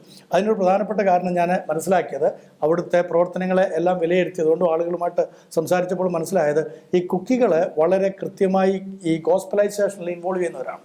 നാഗകളുമുണ്ട്, എന്നാൽ കുക്കികൾ ഈ മിഷണറി പ്രവർത്തനം വളരെ ശക്തമായി ചെയ്യുന്നു. അപ്പോൾ ഇംഫാൽ താഴ്വരകളിൽ അവർ വന്നിട്ട് സുവിശേഷ പ്രചരണം നടത്തുകയും ധാരാളം ആളുകൾ ക്രിസ്തീയ വിശ്വാസത്തിലേക്ക് വരുവാനിടയാത്തീരുകയും ചെയ്തു. കഴിഞ്ഞ ഈസ്റ്ററിനോട് ബന്ധപ്പെട്ട് അവിടെ മേത്തി ക്രൈസ്തവരുടെ ഒരു റാലി നടത്താനായിട്ട് ഇടയായി. നടത്തരുതെന്നൊക്കെ പലരും അവരോട് ആവശ്യപ്പെട്ടിരുന്നു. പക്ഷേ അവിടുത്തെ ചില ചെറുപ്പക്കാരുടെ തീവ്രമായ ആഗ്രഹം, ഒരു പൊളിറ്റിക്കൽ ബാർഗെയിനിങ്ങിന് വേണ്ടിയിട്ട് അവരെടുത്തിയാടി ചെയ്ത ഒരു പരിപാടിയാണ്. 1500 ആളുകൾ അതിനകത്ത് പങ്കെടുത്തു. അത് ശരിക്കും ഈ മേത്തി വിഭാഗത്തിൽപ്പെട്ട അരംഗായ് തങ്കോളിനെ വേദനിപ്പിക്കുക എന്ന് പറഞ്ഞു കഴിഞ്ഞാൽ ഭയപ്പെടുത്തി. കാരണം തങ്ങളുടെ കൂട്ടത്തിൽ നിന്ന് വലിയൊരു ഗണം അതിലേക്ക് പോകുന്നുണ്ടല്ലോ. റാലിയിൽ പങ്കെടുത്തതിനേക്കാളും എത്രയോ ഇരട്ടിയായിരിക്കും പങ്കെടുക്കാത്തവർ എന്നുള്ള ആശയം. ശരിയാണ്, ധാരാളം ആളുകൾ അവിടെ ഉണ്ട്. ക്രിസ്ത്യ വിശ്വാസത്തിൽ 5% മുതൽ 6% വരെ മേത്തി വിഭാഗത്തിൽ ക്രൈസ്തവ വിശ്വാസികളാണ്. അപ്പോൾ അതിവരെ ഭയപ്പെടുത്തിയിട്ടുണ്ട്. ആ ഭയം ശരിയായിട്ട് ക്രിയേറ്റീവായിട്ട് കാണിച്ചതാണ് ആ മേത്തി ചർച്ചുകൾ, ക്രിസ്തീയ ചർച്ചുകൾ ഡിമോളിഷ് ചെയ്യുന്നത്. അത് മേത്തികൾക്കെതിരെയാണ് അത് നടത്തിയത്. അപ്പോൾ അതിൻ്റെ കാരണം കുക്കികളാണ് അവിടെ സുവിശേഷീകരണത്തിൽ പങ്കെടുത്തു എന്നുള്ള മറ്റൊരു സാധ്യത കൂടിയില്ല. പ്രത്യേകിച്ച് ഈ മെയ്ത്തി കുക്കി കോൺഫ്ലിക്റ്റ് ആണ് അവിടെ നടന്നുകൊണ്ടിരിക്കുന്നത്. ഇപ്പം കുക്കീസ് നമുക്കറിയാം ഭൂരിഭാഗവും ക്രൈസ്തവരാണ്, 98% ക്രൈസ്തവരാണ്. അപ്പം കുക്കികളോടുള്ള വിരോധം, കുക്കികളോടുള്ള വിരോധം സ്വാഭാവികമായിട്ടും അവർ പ്രതിദാനം ചെയ്യുന്ന ആ ഒരു ക്രൈസ്തവ മതത്തോടും വന്നു. അതിന്റെ ഭാഗമായിട്ട് ഈ ക്രിസ്ത്യൻ ചർച്ചസ്, പ്രത്യേകിച്ച് മേത്തീസിന്റെ ഇടയിലുള്ള ക്രിസ്ത്യൻ ചർച്ചസ് ഡിമോളിഷ് ചെയ്യപ്പെട്ടു. അങ്ങനെ ഒരു വാദം കൂടി അവിടെ പ്രസക്തം. ആ വാദത്തിന് ശാശ്വതമായ ഒരു ഇതുണ്ട്, വാദം നിലനിൽക്കുന്നത് തന്നെയാണ്. അതോടൊപ്പം തന്നെ അങ്ങനെയാണെങ്കിൽ തന്നെ ഇപ്പം ജോർജിയും ഞാനും തമ്മിലൊരു വഴക്കുണ്ടാകുകയാണെങ്കിൽ ജോർജിയുടെ അയൽവക്കക്കാരനോ അല്ലെങ്കിൽ ജോർജ് സഹായിക്കുന്ന ഒരാളെയോ ഞാൻ കയറി അറ്റാക്ക് ചെയ്യേണ്ട ആവശ്യമുണ്ടോ? ഇല്ലല്ലോ. അപ്പം തന്നെയല്ല, തങ്ങളുടെ സഹോദരങ്ങളാണ്. മേത്തി വിഭാഗത്തിൻ്റെ പ്രത്യേകത, മേത്തി ക്രിസ്ത്യൻസിൻ്റെ പ്രത്യേകത, ആ ഗോത്രത്തിൽ ആ മേത്തി സമൂഹത്തിൽ ഒരു വീട്ടിൽ ഒരാൾ ക്രിസ്ത്യാനിയാണെങ്കിൽ വേറൊരാൾ സനാമഹിസത്തിൽ വിശ്വസിക്കുന്ന ആളാണ്, വേറൊരാൾ ബുദ്ധമതക്കാരനായിരിക്കും, മറ്റൊരാൾ ജൈനമതക്കാരനായിരിക്കും, വേറൊരാൾ ഹൈന്ദവ വിശ്വാസത്തിലായിരിക്കും. അങ്ങനെ പല വ്യക്തികൾ ഒരേ കുടുംബത്തിൽ തന്നെ ഉണ്ടാകും. അപ്പോൾ അതുപോലെ സാഹോദര്യ ബന്ധത്തിൽ കണ്ടാൽ പോരായിരുന്നു. എന്തിനാണ് ക്രിസ്തീയ ദേവാലയങ്ങൾ തകർത്തത്? എന്തിനാണ് ക്രിസ്ത്യൻ കോൺവെൻറ്റ് തകർത്തത്? കോൺവെൻറ്റ് എന്തിനാണ് തകർത്തത്? എന്തിനാണ് സ്കൂളുകൾ തകർത്തത്? ക്രിസ്ത്യൻ ഇൻസ്റ്റിറ്റ്യൂഷൻസ് എന്തിനു തകർത്തു? ക്രിസ്ത്യൻ ചർച്ചസ് എന്തിനു തകർത്തു? അപ്പം അതൊരു ഗോത്രവർഗത്തോടുള്ള, ഒരു കുക്കി ഗോത്രത്തോടുള്ള ഇവരുടെ അരംഗായ് തങ്കോളിൻ്റെയും അതുപോലെ മേത്തി ലീപ്പൂണിൻ്റെയും ഒരു വാശിയായിരുന്നെങ്കിൽ, വൈരാഗ്യമായിരുന്നെങ്കിൽ കുക്കികളെ മാത്രം അറ്റാക്ക് ചെയ്താൽ പോരായിരുന്നു. പക്ഷേ മറ്റൊരു കാര്യം കൂടിയുണ്ട്. അങ്ങ് നേരത്തെ സൂചിപ്പിച്ചു, ഈ മേത്തി വിഭാഗക്കാരുടെ ഇടയിൽ ഈ കുക്കീസും നാഗന്മാരും മിഷൻ പ്രവർത്തനം ചെയ്യുന്നുണ്ട്. അപ്പോൾ എന്തുകൊണ്ട് ക്രിസ്ത്യാനിറ്റിയോടുള്ള വിരോധമാണെങ്കിൽ നാഗന്മാരും ക്രിസ്ത്യാനിറ്റി അത് ചെയ്യാൻ പറ്റില്ല. കാരണം നാഗന്മാരുടെ കൂട്ടത്തിൽ നിന്നുള്ള ഒരു സഹോദരിയാണ് ഓലീഷ്, അദ്ദേഹത്തിൻ്റെ രണ്ടാം ഭാര്യ, മുഖ്യമന്ത്രിയുടെ രണ്ടാം ഭാര്യയും പിന്നീട് ഒരു ഭാര്യയും കൂടെ ഉണ്ടെന്ന് പറയുന്നു. അത് നമുക്ക് അറിഞ്ഞുകൂടാ, അതിൻ്റെ തെളിവുകളൊക്കെ നമുക്ക് കിട്ടിയാലേ പറയാൻ പറ്റുള്ളൂ. അപ്പം ഈ രണ്ടാം ഭാര്യ തീർച്ചയായിട്ടും നാഗാസ്ത്രീയാണ്. അപ്പോൾ നാഗാസ്ത്രീയിൽ നിന്ന് എങ്ങനെയായിരിക്കും അദ്ദേഹത്തിന് രക്ഷപ്പെടാൻ കഴിയുക? നാഗകളെ അറ്റാക്ക് ചെയ്താൽ അദ്ദേഹം തന്നെയല്ലേ ആദ്യം വധിക്കപ്പെടുക. പക്ഷെ ഒരു മുഖ്യമന്ത്രിയെ രക്ഷിക്കാൻ വേണ്ടി ഇപ്പം ക്രിസ്ത്യാനിറ്റി ഉന്മൂലനം ചെയ്യാന്ന് ആരംഭിച്ചത് അദ്ദേഹമാണെങ്കിൽ അദ്ദേഹത്തെ രക്ഷിക്കുക എന്നുള്ള ഉത്തരവാദിത്വം അദ്ദേഹത്തിനില്ലേ? അദ്ദേഹത്തിന്റെ കൂട്ടത്തിലുള്ളവർക്കല്ലേ? ഒപ്പം തന്നെ ഈ പ്രധാനമന്ത്രിയുടെ മൗനത്തെക്കുറിച്ച് അങ്ങ് പലപ്പോഴും രൂക്ഷ വിമർശനം ഉന്നയിക്കാറുണ്ട്. ഞാൻ ഒരിക്കലും പ്രധാനമന്ത്രി സംസാരിക്കണമെന്ന് ആഗ്രഹിക്കാറില്ല. കാരണം എന്താണെന്ന് വെച്ച് കഴിഞ്ഞാൽ ഇന്ന് വരെ ഞാൻ മനസ്സിലാക്കിയെടുത്തോളം അദ്ദേഹം പ്രധാനമന്ത്രി ആയതിനു ശേഷം നമ്മുടെ ആദരണീയനായിരിക്കുന്ന പ്രധാനമന്ത്രി ഒരു പ്രോബ്ലം സോൾവ് ചെയ്തായിട്ട് ഞാൻ കേട്ടിട്ടില്ല, വായിച്ചിട്ടില്ല. പലയിടങ്ങളിലും പ്രോബ്ലംസ് നടന്നിട്ടുണ്ട്. അദ്ദേഹം ഏതെങ്കിലും തരത്തിൽ അത് പരിഹരിച്ചിട്ടുണ്ടോ? അദ്ദേഹത്തിൻ്റെ വിശ്വസ്തരായിട്ടുള്ള 2 പേരെയാണ് അദ്ദേഹം പ്രശ്നങ്ങൾ പരിഹരിക്കാനായിട്ട് എവിടെയും വിടുന്നത്. അവർ 2 പേരും മണിപ്പൂരിൽ പോയി ഫെയിലിയറായി. പിന്നെ അതിനേക്കാൾ അപ്പുറത്ത് പ്രധാനമന്ത്രിക്ക് എന്ത് പറയാൻ കഴിയും? അപ്പോൾ അദ്ദേഹത്തിന് സംസാരിക്കാൻ പറ്റുകയില്ല, അദ്ദേഹത്തിന് വാക്കുകളില്ല സംസാരിക്കാൻ. തന്നെയല്ല, ഇന്നലെ അദ്ദേഹം വളരെ കൃത്യമായിട്ട് പറഞ്ഞല്ലോ, അദ്ദേഹം കോപാകുലനായിരിക്കുന്ന ഒരാൾ എന്ത് പറയാനാണ് സമൂഹത്തോട്? മറ്റൊരു കാര്യം കൂടി, പ്രത്യേകിച്ച് തീവ്ര ഒരു റൈറ്റ് വിങ് എക്സ്ട്രീം ഗ്രൂപ്പുകൾ ഈ ബിരേൻ സിംഗിനെ അവരുടെ ഒരു പ്രൈഡായിട്ട് എടുത്തു കാണിക്കുന്നു. അപ്പോൾ ഈ പ്രധാനമന്ത്രിയുടെ മൗനത്തെക്കുറിച്ചുള്ള ഒരു ഉപചോദ്യമാണ്. അപ്പോൾ ഈ പ്രധാനമന്ത്രി ബിരേൻ സിംഗിനെതിരെ നടപടി എടുത്തു കഴിഞ്ഞാൽ ഇത്തരം ഒരു പ്രൈഡായിട്ട് എടുത്തു കാണിക്കുന്ന വ്യക്തിക്കെതിരെ പ്രധാനമന്ത്രി നരേന്ദ്രമോദി എന്ന വ്യക്തി നടപടി എടുത്തു എന്നുള്ളൊരു പ്രചരണം പ്രത്യേകിച്ച് അവർക്ക് സ്വാധീന മേഖലയുള്ള നോർത്ത് ഇന്ത്യയിലും വ്യാപകമായിട്ട് പ്രചരിക്കാനുള്ള ഒരു സാധ്യതയുണ്ട്. അപ്പം ഒരു തരത്തിൽ പറയുകയാണെങ്കിൽ ക്രിസ്ത്യൻസിന് വേണ്ടിയിട്ട് അവരുടെ ഒരു പ്രൈഡായിട്ടുള്ള ഒരു വ്യക്തിക്കെതിരെ അവർ പ്രധാനമന്ത്രി നടപടിയെടുത്തു. അപ്പോൾ ഒരു സത്യം പറഞ്ഞ ഒരു പ്രധാനമന്ത്രി ഒരു നിസ്സഹായാവസ്ഥയിൽ തന്നെയല്ലേ. മാത്രമല്ല പ്രധാനമന്ത്രി ഇപ്പോൾ സമാധാനത്തിന് വേണ്ടിയിട്ട് അവിടെ ആഹ്വാനം ചെയ്തു. ഇപ്പോൾ നോർത്ത് ഈസ്റ്റിന്റെ വളരെ കോംപ്ലക്സ് ആയിട്ടുള്ള ഒരു സിറ്റുവേഷൻ, ഗോത്ര വിഭാഗങ്ങളാണ്, അതിൽ വർഗീയമായിട്ടുള്ള എലമെന്റ്സും ഉണ്ട്. അവരുടെ ഒരു ഗോത്ര വിഭാഗക്കാരുടെ ഒരു പോരാട്ട ചരിത്രം എടുത്തു നോക്കുക വളരെ അഗ്രസീവാണ്. ഒരു പ്രധാനമന്ത്രി സമാധാനത്തിന് ആഹ്വാനം ചെയ്യുന്നു, പിറ്റേ ദിവസം അവിടെ കൊലപാതകങ്ങളും അക്രമങ്ങളും ഒക്കെ നടക്കുന്നു. അപ്പോൾ പ്രധാനമന്ത്രിയെ സംബന്ധിച്ചിടത്തോളം ഒരു നാണക്കേടല്ല. ഈ രണ്ട് കാര്യങ്ങൾ കൊണ്ട് ഒരു സന്നിഗ്ധാവസ്ഥയിൽ തന്നെയല്ലേ പ്രധാനമന്ത്രി. അതുകൊണ്ടായിരിക്കില്ലേ ചിലപ്പോൾ പ്രതികരിക്കാതിരിക്കുന്നതും ഇത്തരത്തിൽ ബിരേൻ സിംഗിനെതിരെ നടപടി എടുക്കാതിരിക്കുന്നതൊക്കെ. അതുകൊണ്ട് മാത്രമല്ല, അതിൻ്റെ പിന്നിൽ വേറെ ചില വെളിപ്പെടുത്തലുകളിന് വേണ്ടി ഞാൻ കാത്തിരിക്കുന്നുണ്ട്. എനിക്കറിയാം സംഭവങ്ങൾ, എന്നോട് കൃത്യമായിട്ട് അതിൻ്റെ ആളുകൾ പറഞ്ഞു തന്നിട്ടുണ്ട്. അതെനിക്കിവിടെ കേരളത്തിൽ ഇപ്പോൾ വെളിപ്പെടുത്താൻ പറ്റുകയില്ല. ഞാൻ അതിനകത്ത് കുറച്ചും കൂടെ പ്രധാനമന്ത്രി ആകാൻ ആഗ്രഹിക്കുക എന്ന് പറഞ്ഞാൽ മൗനം ദീക്ഷിക്കാൻ ആഗ്രഹിക്കുകയാണ്. അതിനൊരു സമയം വരുമ്പോൾ ആ കാര്യങ്ങൾ പറയാം. എന്നാൽ നമ്മുടെ ആദരണീയനായിരിക്കുന്ന പ്രധാനമന്ത്രി എന്തായിരിക്കണമായിരുന്നു ചെയ്യുന്നത്? ഒരു ദേശത്തുണ്ടായ, ഒരു പ്രദേശത്ത് പ്രാദേശികമായി ഉണ്ടായ ഒരു പ്രശ്നമാണ് അല്ലേ 3-ാം തീയതി ഒരു പ്രാദേശിക പ്രശ്നം. അത് അന്ന് തന്നെ അതിനകത്ത് നമ്മുടെ മുഖ്യമന്ത്രിക്ക്, അവിടുത്തെ മുഖ്യമന്ത്രിക്ക് ഇതിനകത്ത് കയ്യില്ലായിരുന്നെങ്കിൽ ആ ഒരൊറ്റ ഇൻസിഡൻറ്റ് കൊണ്ട് അത് ഒരു സർജിക്കൽ ഓപ്പറേഷൻ കൊണ്ട് അവസാനിപ്പിക്കാവുന്നതേ ഉള്ളായിരുന്നു. അത്രയും കൊലപാതകങ്ങൾ നടക്കാതെ തന്നെ ഒരു 2-3 കാഷ്വാലിറ്റി കൊണ്ട് മാത്രം, അന്ന് നടന്ന ആ കാഷ്വാലിറ്റി കൊണ്ട് മാത്രം ഈ പ്രശ്നം പരിഹരിക്കാമായിരുന്നു. ഞാനായിരുന്നു ആ സ്ഥാനത്തെങ്കിൽ ആദ്യം ചെയ്യുക അവിടെ ചെന്നിട്ട് എന്താണ് അവിടുത്തെ യഥാർത്ഥ പ്രശ്നം എന്ന് മനസ്സിലാക്കി ഇരു കൂട്ടരെയും വിളിച്ചിട്ട് അവിടെ വെച്ച് തന്നെ, ആ സ്പോട്ടിൽ വെച്ച് തന്നെ ഒരു സമാധാന ചർച്ച നടത്തിയിട്ട് പിരിഞ്ഞു പോകും, ഇനി ഇവിടെ മേലാൽ പ്രശ്നം ഉണ്ടാകരുത് എന്ന് പറയുമായിരുന്നു. പക്ഷേ ഞാനല്ലല്ലോ അവരെ സംബന്ധിച്ചിടത്തോളം ഇതല്ലല്ലോ ആഗ്രഹം. അതുകൊണ്ട് തന്നെ ഇത് മുന്നോട്ട് പോകണമെന്ന് വളരെ കൃത്യമായ അജണ്ട തയ്യാറാക്കിക്കൊണ്ടാണ്. നേരത്തെ എന്നോട് ജോർജ് ചോദിച്ചു, ഇത് കരുതിക്കൂട്ടി ചെയ്തതാണോ? ആണല്ലോ, അതിനുള്ള തെളിവുകളുണ്ടല്ലോ. ഇല്ലെങ്കിൽ 36 മണിക്കൂർ കൊണ്ട് 251 ചർച്ചകൾ എങ്ങനെ നഷ്ടപ്പെട്ടു? 6 റെപ്യൂട്ടഡ് ആയിട്ടുള്ള ഇൻസ്റ്റിറ്റ്യൂഷൻസ് എങ്ങനെ തകർക്കപ്പെട്ടു? 36 മണിക്കൂർ കൊണ്ട് ചില ചർച്ചകൾ ഞാൻ പോയി കണ്ടതാണ്. ചില ചർച്ചകൾ വീടിനോട് ചേർന്നാണ്. ആ വീടിനോട് ചേർന്ന് അവിടെ മേത്തി ക്രിസ്ത്യൻസ് ആണ് താമസിക്കുന്നത്. എങ്ങനെ ഇവർക്കറിയാം? എങ്ങനെ അറിയാം? അപ്പം അതെല്ലാം വളരെ പ്ലാൻഡ് ആയിട്ട് മനസ്സിലാക്കി ഡാറ്റാ ബേസിലാണ് ഈ കാര്യങ്ങൾ ചെയ്തത്. ഞാൻ പറയുന്നതല്ല, അവിടുത്തെ ആളുകൾ പറയുന്നതാണ്. അവർ തരുന്ന ഇൻഫർമേഷനാണ്. അവരുടെ മന്ത്രി, അവരുടെ MLA ഒക്കെ എന്നോട് പറഞ്ഞ കാര്യങ്ങളാണ്. അപ്പോൾ അവർ വളരെ കൃത്യമായിട്ട് പ്ലാൻ ചെയ്ത്, തന്നെയുമല്ല ഈ വിഷയം ഈ ST വിഭാഗത്തിലേക്ക് ഇവരെ ഉൾപ്പെടുത്താൻ കഴിയുകയില്ലെന്നുള്ളത് ആർക്കാണ് അറിയാത്തത്? നമ്മൾ കണ്ടിരിക്കുന്നത് മഞ്ഞുമലയുടെ ഒരറ്റം മാത്രമല്ലേ. അതിനകത്തോട്ട് ഡിഗ് ചെയ്ത് പോകുമ്പോഴല്ലേ നമ്മൾ എനിക്കിനിയിപ്പോൾ ആ ഞെട്ടലെന്നുള്ള വാക്ക് ഉപയോഗിക്കാൻ എനിക്ക് താല്പര്യമില്ല, സ്തംഭിച്ചു പോകുന്നത്. നമ്മൾ ഇരുന്ന് പോകും, വർത്തമാനം പറയാൻ കഴിയാലോ നമുക്ക്. അതുപോലത്തെ ഭയമുണ്ടാക്കുന്ന കാര്യങ്ങളാണ് അവിടെ നടന്നിട്ടുള്ളത്, നടത്താനായിട്ട് ആഗ്രഹിക്കുന്നത്. അതിനകത്ത് വേറെ ചില കാര്യങ്ങൾ കൂടെ ഉണ്ട്. അതൊരു ഏഷ്യൻ ഹൈവേ ആണെന്നുള്ള അറിയാമല്ലോ അല്ലേ. മൊറേ വഴിയായിട്ടുള്ള ഏഷ്യൻ ഹൈവേ ആണ്. മൊറേ എന്ന് പറയുന്നത് നമ്മുടെ മ്യാൻമറിൻ്റെയും ഇന്ത്യയുടെയും അതിർത്തി പ്രദേശമാണ്. അപ്പോൾ ആ വലിയ ഹൈവേ വരുമ്പോൾ അവിടെ ചില പ്രധാനപ്പെട്ട കമ്പനികളെ കൊണ്ടുവന്ന് സ്ഥാപിക്കാനായിട്ട് ചിലർക്ക് വളരെ താല്പര്യമുണ്ട്. അതിനു വേണ്ടിയിട്ടുള്ള ഒരു ഹിഡൻ അജണ്ടയായിരുന്നു ഇത്. ഡിനൈ ചെയ്യാൻ പറ്റുകയല്ല നമുക്കാർക്കും. അവർ പറയുമ്പോൾ, അവർ നമ്മളോട് ഈ കാര്യങ്ങൾ ചൂണ്ടിക്കാണിക്കുമ്പോൾ നമുക്ക് വിശ്വസിക്കാതിരിക്കാൻ യാതൊരു വസ്തുതയില്ല. വിശ്വസിച്ചേ പറ്റൂ. ഈ കുക്കി മേത്തി ഒരു സംഘർഷം അങ്ങ് പലപ്പോഴും മണിപ്പൂർ ഇതുമായിട്ട് ബന്ധപ്പെട്ട് പല കാര്യങ്ങളും, പല ഇൻസിഡൻസും അങ്ങ് പറയാറുണ്ട്. പക്ഷേ ഈ സംഘർഷത്തിൻ്റെ ഒരു ആദ്യ നാളുകളിൽ ഈ കുക്കി വിഭാഗക്കാരല്ലേ ഈ ഒരു സംഘർഷത്തിന് ഒരു സ്പാർക്ക് കൊടുത്തത്? കാരണം അവിടെ ട്രൈബൽ റാലി നടക്കുന്നു, അതിനുശേഷം ചുരാചന്ദ്പൂരിൽ മേത്തി ഗ്രാമങ്ങൾ ആക്രമിക്കപ്പെടുന്നു. ആ സമയത്തൊക്കെ ഇംഫാൽ താഴ്വര വളരെയധികം ശാന്തമാണ്. പിന്നെ ബിഷ്ണുപൂരിൽ അതിനൊരു റിറ്റാലിയേഷൻ നടക്കുന്നു. അപ്പോൾ ഈ കുക്കി, ഇപ്പൊ മേത്തി വിഭാഗക്കാർ ആരോപിക്കുന്നതാണ് ഈ കുക്കി വിഭാഗക്കാരാണ് ഇതിനെ തിരികൊളുത്തിയത്. അതിന്റെ ഒരു റിറ്റാലിയേഷന്റെ ഭാഗമായിട്ട് പിന്നെ ഈ മാലപ്പടക്കം പൊട്ടുന്ന പോലെ പല സ്ഥലങ്ങളിൽ ഇങ്ങനെ നടന്നു ഇംഫാൽ ഇവിടെ പ്രചരിപ്പിച്ചുകൊണ്ടിരിക്കുന്നത്. എന്നാൽ ഇതല്ല വാസ്തവം. നാഗാസും കുക്കികളും അവർ 2 കൂട്ടരും പീസ് റാലി നടത്തി. അവരെല്ലാവരും പിരിഞ്ഞുപോയി. എവിടെയും ഒരു അനിഷ്ട സംഭവം ആ പീസ് റാലിയുമായിട്ട് ബന്ധപ്പെട്ടുണ്ടായിട്ടില്ലെന്ന് വളരെ കൃത്യമായിട്ടുള്ള റിപ്പോർട്ടുകൾ വന്നിട്ടുണ്ട്. അന്വേഷണത്തിൽ അത് തെളിയിക്കപ്പെട്ടിട്ടുണ്ട്. പിന്നെന്താണ് പ്രശ്നം ഉണ്ടായത്?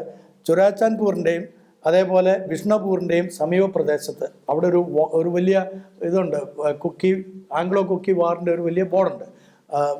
അവിടെ കുറച്ച് മോണിമെൻറ്റ്സും ഉണ്ട്. അവിടേക്ക് ജനങ്ങൾ പിരിഞ്ഞു പോയ ആളുകൾ കുറച്ചു പേർ അവിടെ നിൽക്കുന്ന സമയത്ത് ഒരു വണ്ടി അവിടെ കൊണ്ടുവന്ന് മേത്തികൾ കൊണ്ടുവന്ന് കയറ്റി ബോധപൂർവം ചെയ്തു. അതിനെ ചോദ്യം ചെയ്തപ്പോൾ ഉടനെ തന്നെ അവിടുത്തെ ആ മോണിമെന്റ്സ് കത്തിച്ചു, ടയറെല്ലാം കൂടെ കൂട്ടി കത്തിച്ചു. അതിനുശേഷം നടന്ന ഒരു കലാപമാണ്, റൈറ്റാണത്. ആ റൈറ്റ് അവിടം കൊണ്ട് തീർന്നേനെ. അത് ബിഷ്ണപ്പൂരിലേക്ക് വ്യാപിക്കുകയില്ലായിരുന്നു, ഇംഫാലിലേക്ക് വ്യാപിക്കുകയില്ലായിരുന്നു. ഇത് പ്ലാൻഡ് അല്ലായിരുന്നെങ്കിൽ.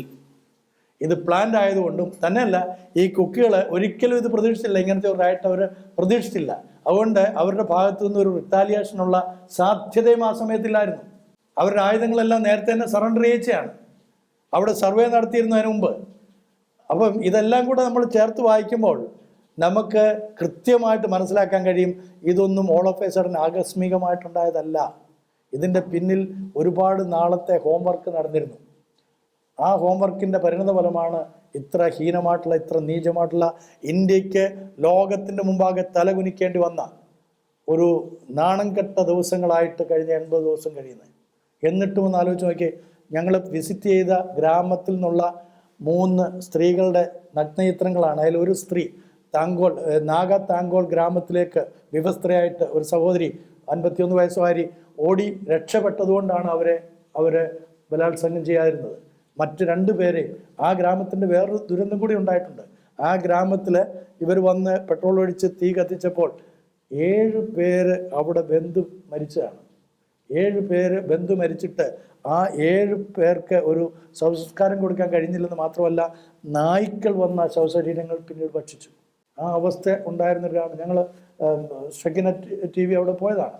അപ്പം ആ വിധത്തിലുള്ള ദുരന്തപൂർണമായ അനുഭവങ്ങളാണ് അവിടെ സംഭവിച്ചിട്ടുള്ളത്. ഇനി ഞാൻ വേറൊരു കാര്യം ചോദിച്ചു. ഞാൻ ഇവരുടെ കുക്കികളുടെ ആളുകളെ ശരിക്കും ഫയർ ചെയ്തു. ഇപ്പോൾ ജോർജ് എന്നെ ചോദ്യം ചെയ്യുന്നതിനേക്കാളും അതിശക്തമായിട്ട് ഞാൻ അവരെ ചോദ്യം ചെയ്തു.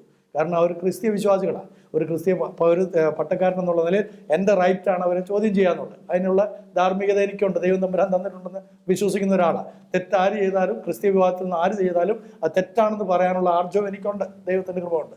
ഞാൻ അവരുടെ ഇന്ത്യ ഗ്രൂപ്പിൽ നിങ്ങളുടെ ക്യാമറമാൻ ഉണ്ടായിരുന്നു, അദ്ദേഹം ദൃക്സാക്ഷിയാണ്.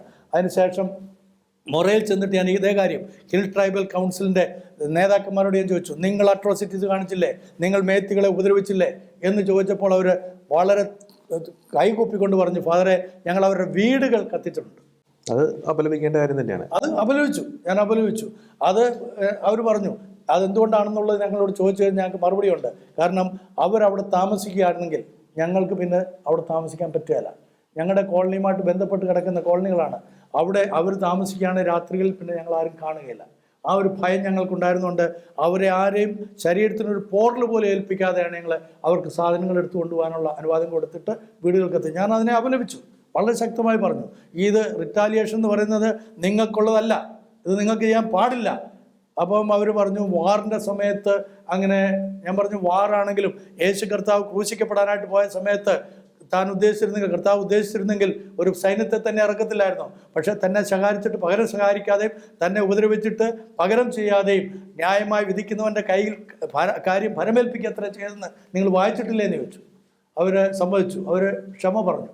അതിനുശേഷം ചുരാചാൻപൂരിൽ ഞാൻ ഇതേ കാര്യം തന്നെ അവരുടെ ഇന്റലക്ച്വൽ ലീഡേഴ്സിനോട് ചോദിച്ചു, നിങ്ങളിങ്ങനെ ചെയ്തില്ലേ, ഇവിടെ ഇത്ര വീടുകൾ പോയിട്ടുണ്ടല്ലോ, നഷ്ടപ്പെട്ടിട്ടുണ്ടോ? അപ്പോൾ അവർ പറഞ്ഞത് അവരുടെ ഫെഡറേഷൻ കുക്കി വിമൻസ് ഫെഡറേഷൻ്റെ ഇൻ്റർനാഷണൽ പ്രസിഡന്റ് സങ്കടത്തോടും കരഞ്ഞുകൊണ്ടും, അതെനിക്ക് തോന്നുന്നത് നമ്മുടെ ഷക്കീന അത് പകർത്തിയെടുത്തിട്ടുണ്ട്.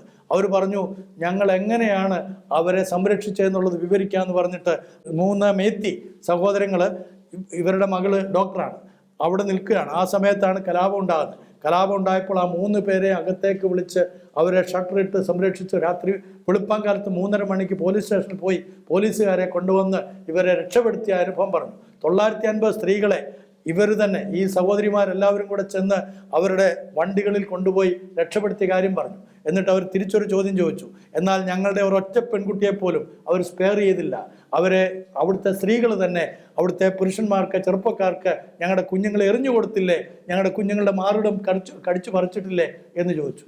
ആ ശവശരീരങ്ങളൊക്കെ ഇപ്പോഴും അവിടെ കിടക്കുകയാണ്. അപ്പം അങ്ങനത്തെ വാദങ്ങൾ അവർ പറയുന്നു. നമ്മൾ ഏത് വിശ്വസിക്കും? മറുസൈഡിൽ ഈ മെയ്തി വിഭാഗക്കാരുടെ പല പ്രതികരണങ്ങളും ഷെക്കിനയ്ക്ക് ലഭിച്ചിരുന്നു. അവരും മറുസൈഡിൽ ഇത്തരത്തിലല്ല ഈ കുക്കി വിഭാഗക്കാർ പല രീതിയിലുള്ള ആക്രമണങ്ങൾ അവർക്കെതിരെ നടത്തി എന്നുള്ള ഒരു കാര്യം അവർ പറയുന്നു. തീർച്ചയായിട്ടും ഉണ്ട്. ഞാൻ അതിനെക്കുറിച്ച് അന്വേഷിച്ചു. അപ്പോൾ ആ ആക്രമണം എങ്ങനെയാണെന്ന് വെച്ച് കഴിഞ്ഞാൽ ഹില്ലേരിയയിലേക്ക് മേത്തികൾ ഒരുമിച്ച് വരും. മേത്തികൾ ഒരുമിച്ച് വന്നിട്ട് അവിടെ അട്രോസിറ്റീസ് ആക്രമണം നടത്താനായിട്ട് തുടങ്ങുമ്പോൾ ഇവർ കാടുകളിലും മേടുകളിലും ഒക്കെ പാർക്കുന്നവരാണ്. അവരുടെ കയ്യിൽ ആയുധം വെച്ച് അവർ ഷൂട്ട് ചെയ്യും. അപ്പോഴാണ് അവർ കൊല്ലപ്പെടുന്നത്. എന്നിട്ട് കുക്കികളെ ആക്രമിക്കാൻ വരുമ്പോൾ പ്രതിരോധം തീർക്കുന്ന സമയത്ത് കൊല്ലപ്പെടുന്നവരുടെ കാര്യമാണ് ഈ മേത്തി സഹോദരങ്ങൾ പറയുന്നത്. അത് മേത്തികൾ തന്നെ എന്നോടും പറഞ്ഞിട്ടുണ്ട്. ഞാനത് കേൾക്കുകയും ചെയ്തിട്ടുണ്ട്. ഒപ്പം ഈ ബിരേൻ സിംഗിന്റെ ഒരു കാര്യം അങ്ങ് നേരത്തെ സൂചിപ്പിച്ചു. ഈ 2016 മുതൽ അദ്ദേഹം ഇവിടെ മണിപ്പൂരിൽ ഭരണത്തിലുണ്ട്.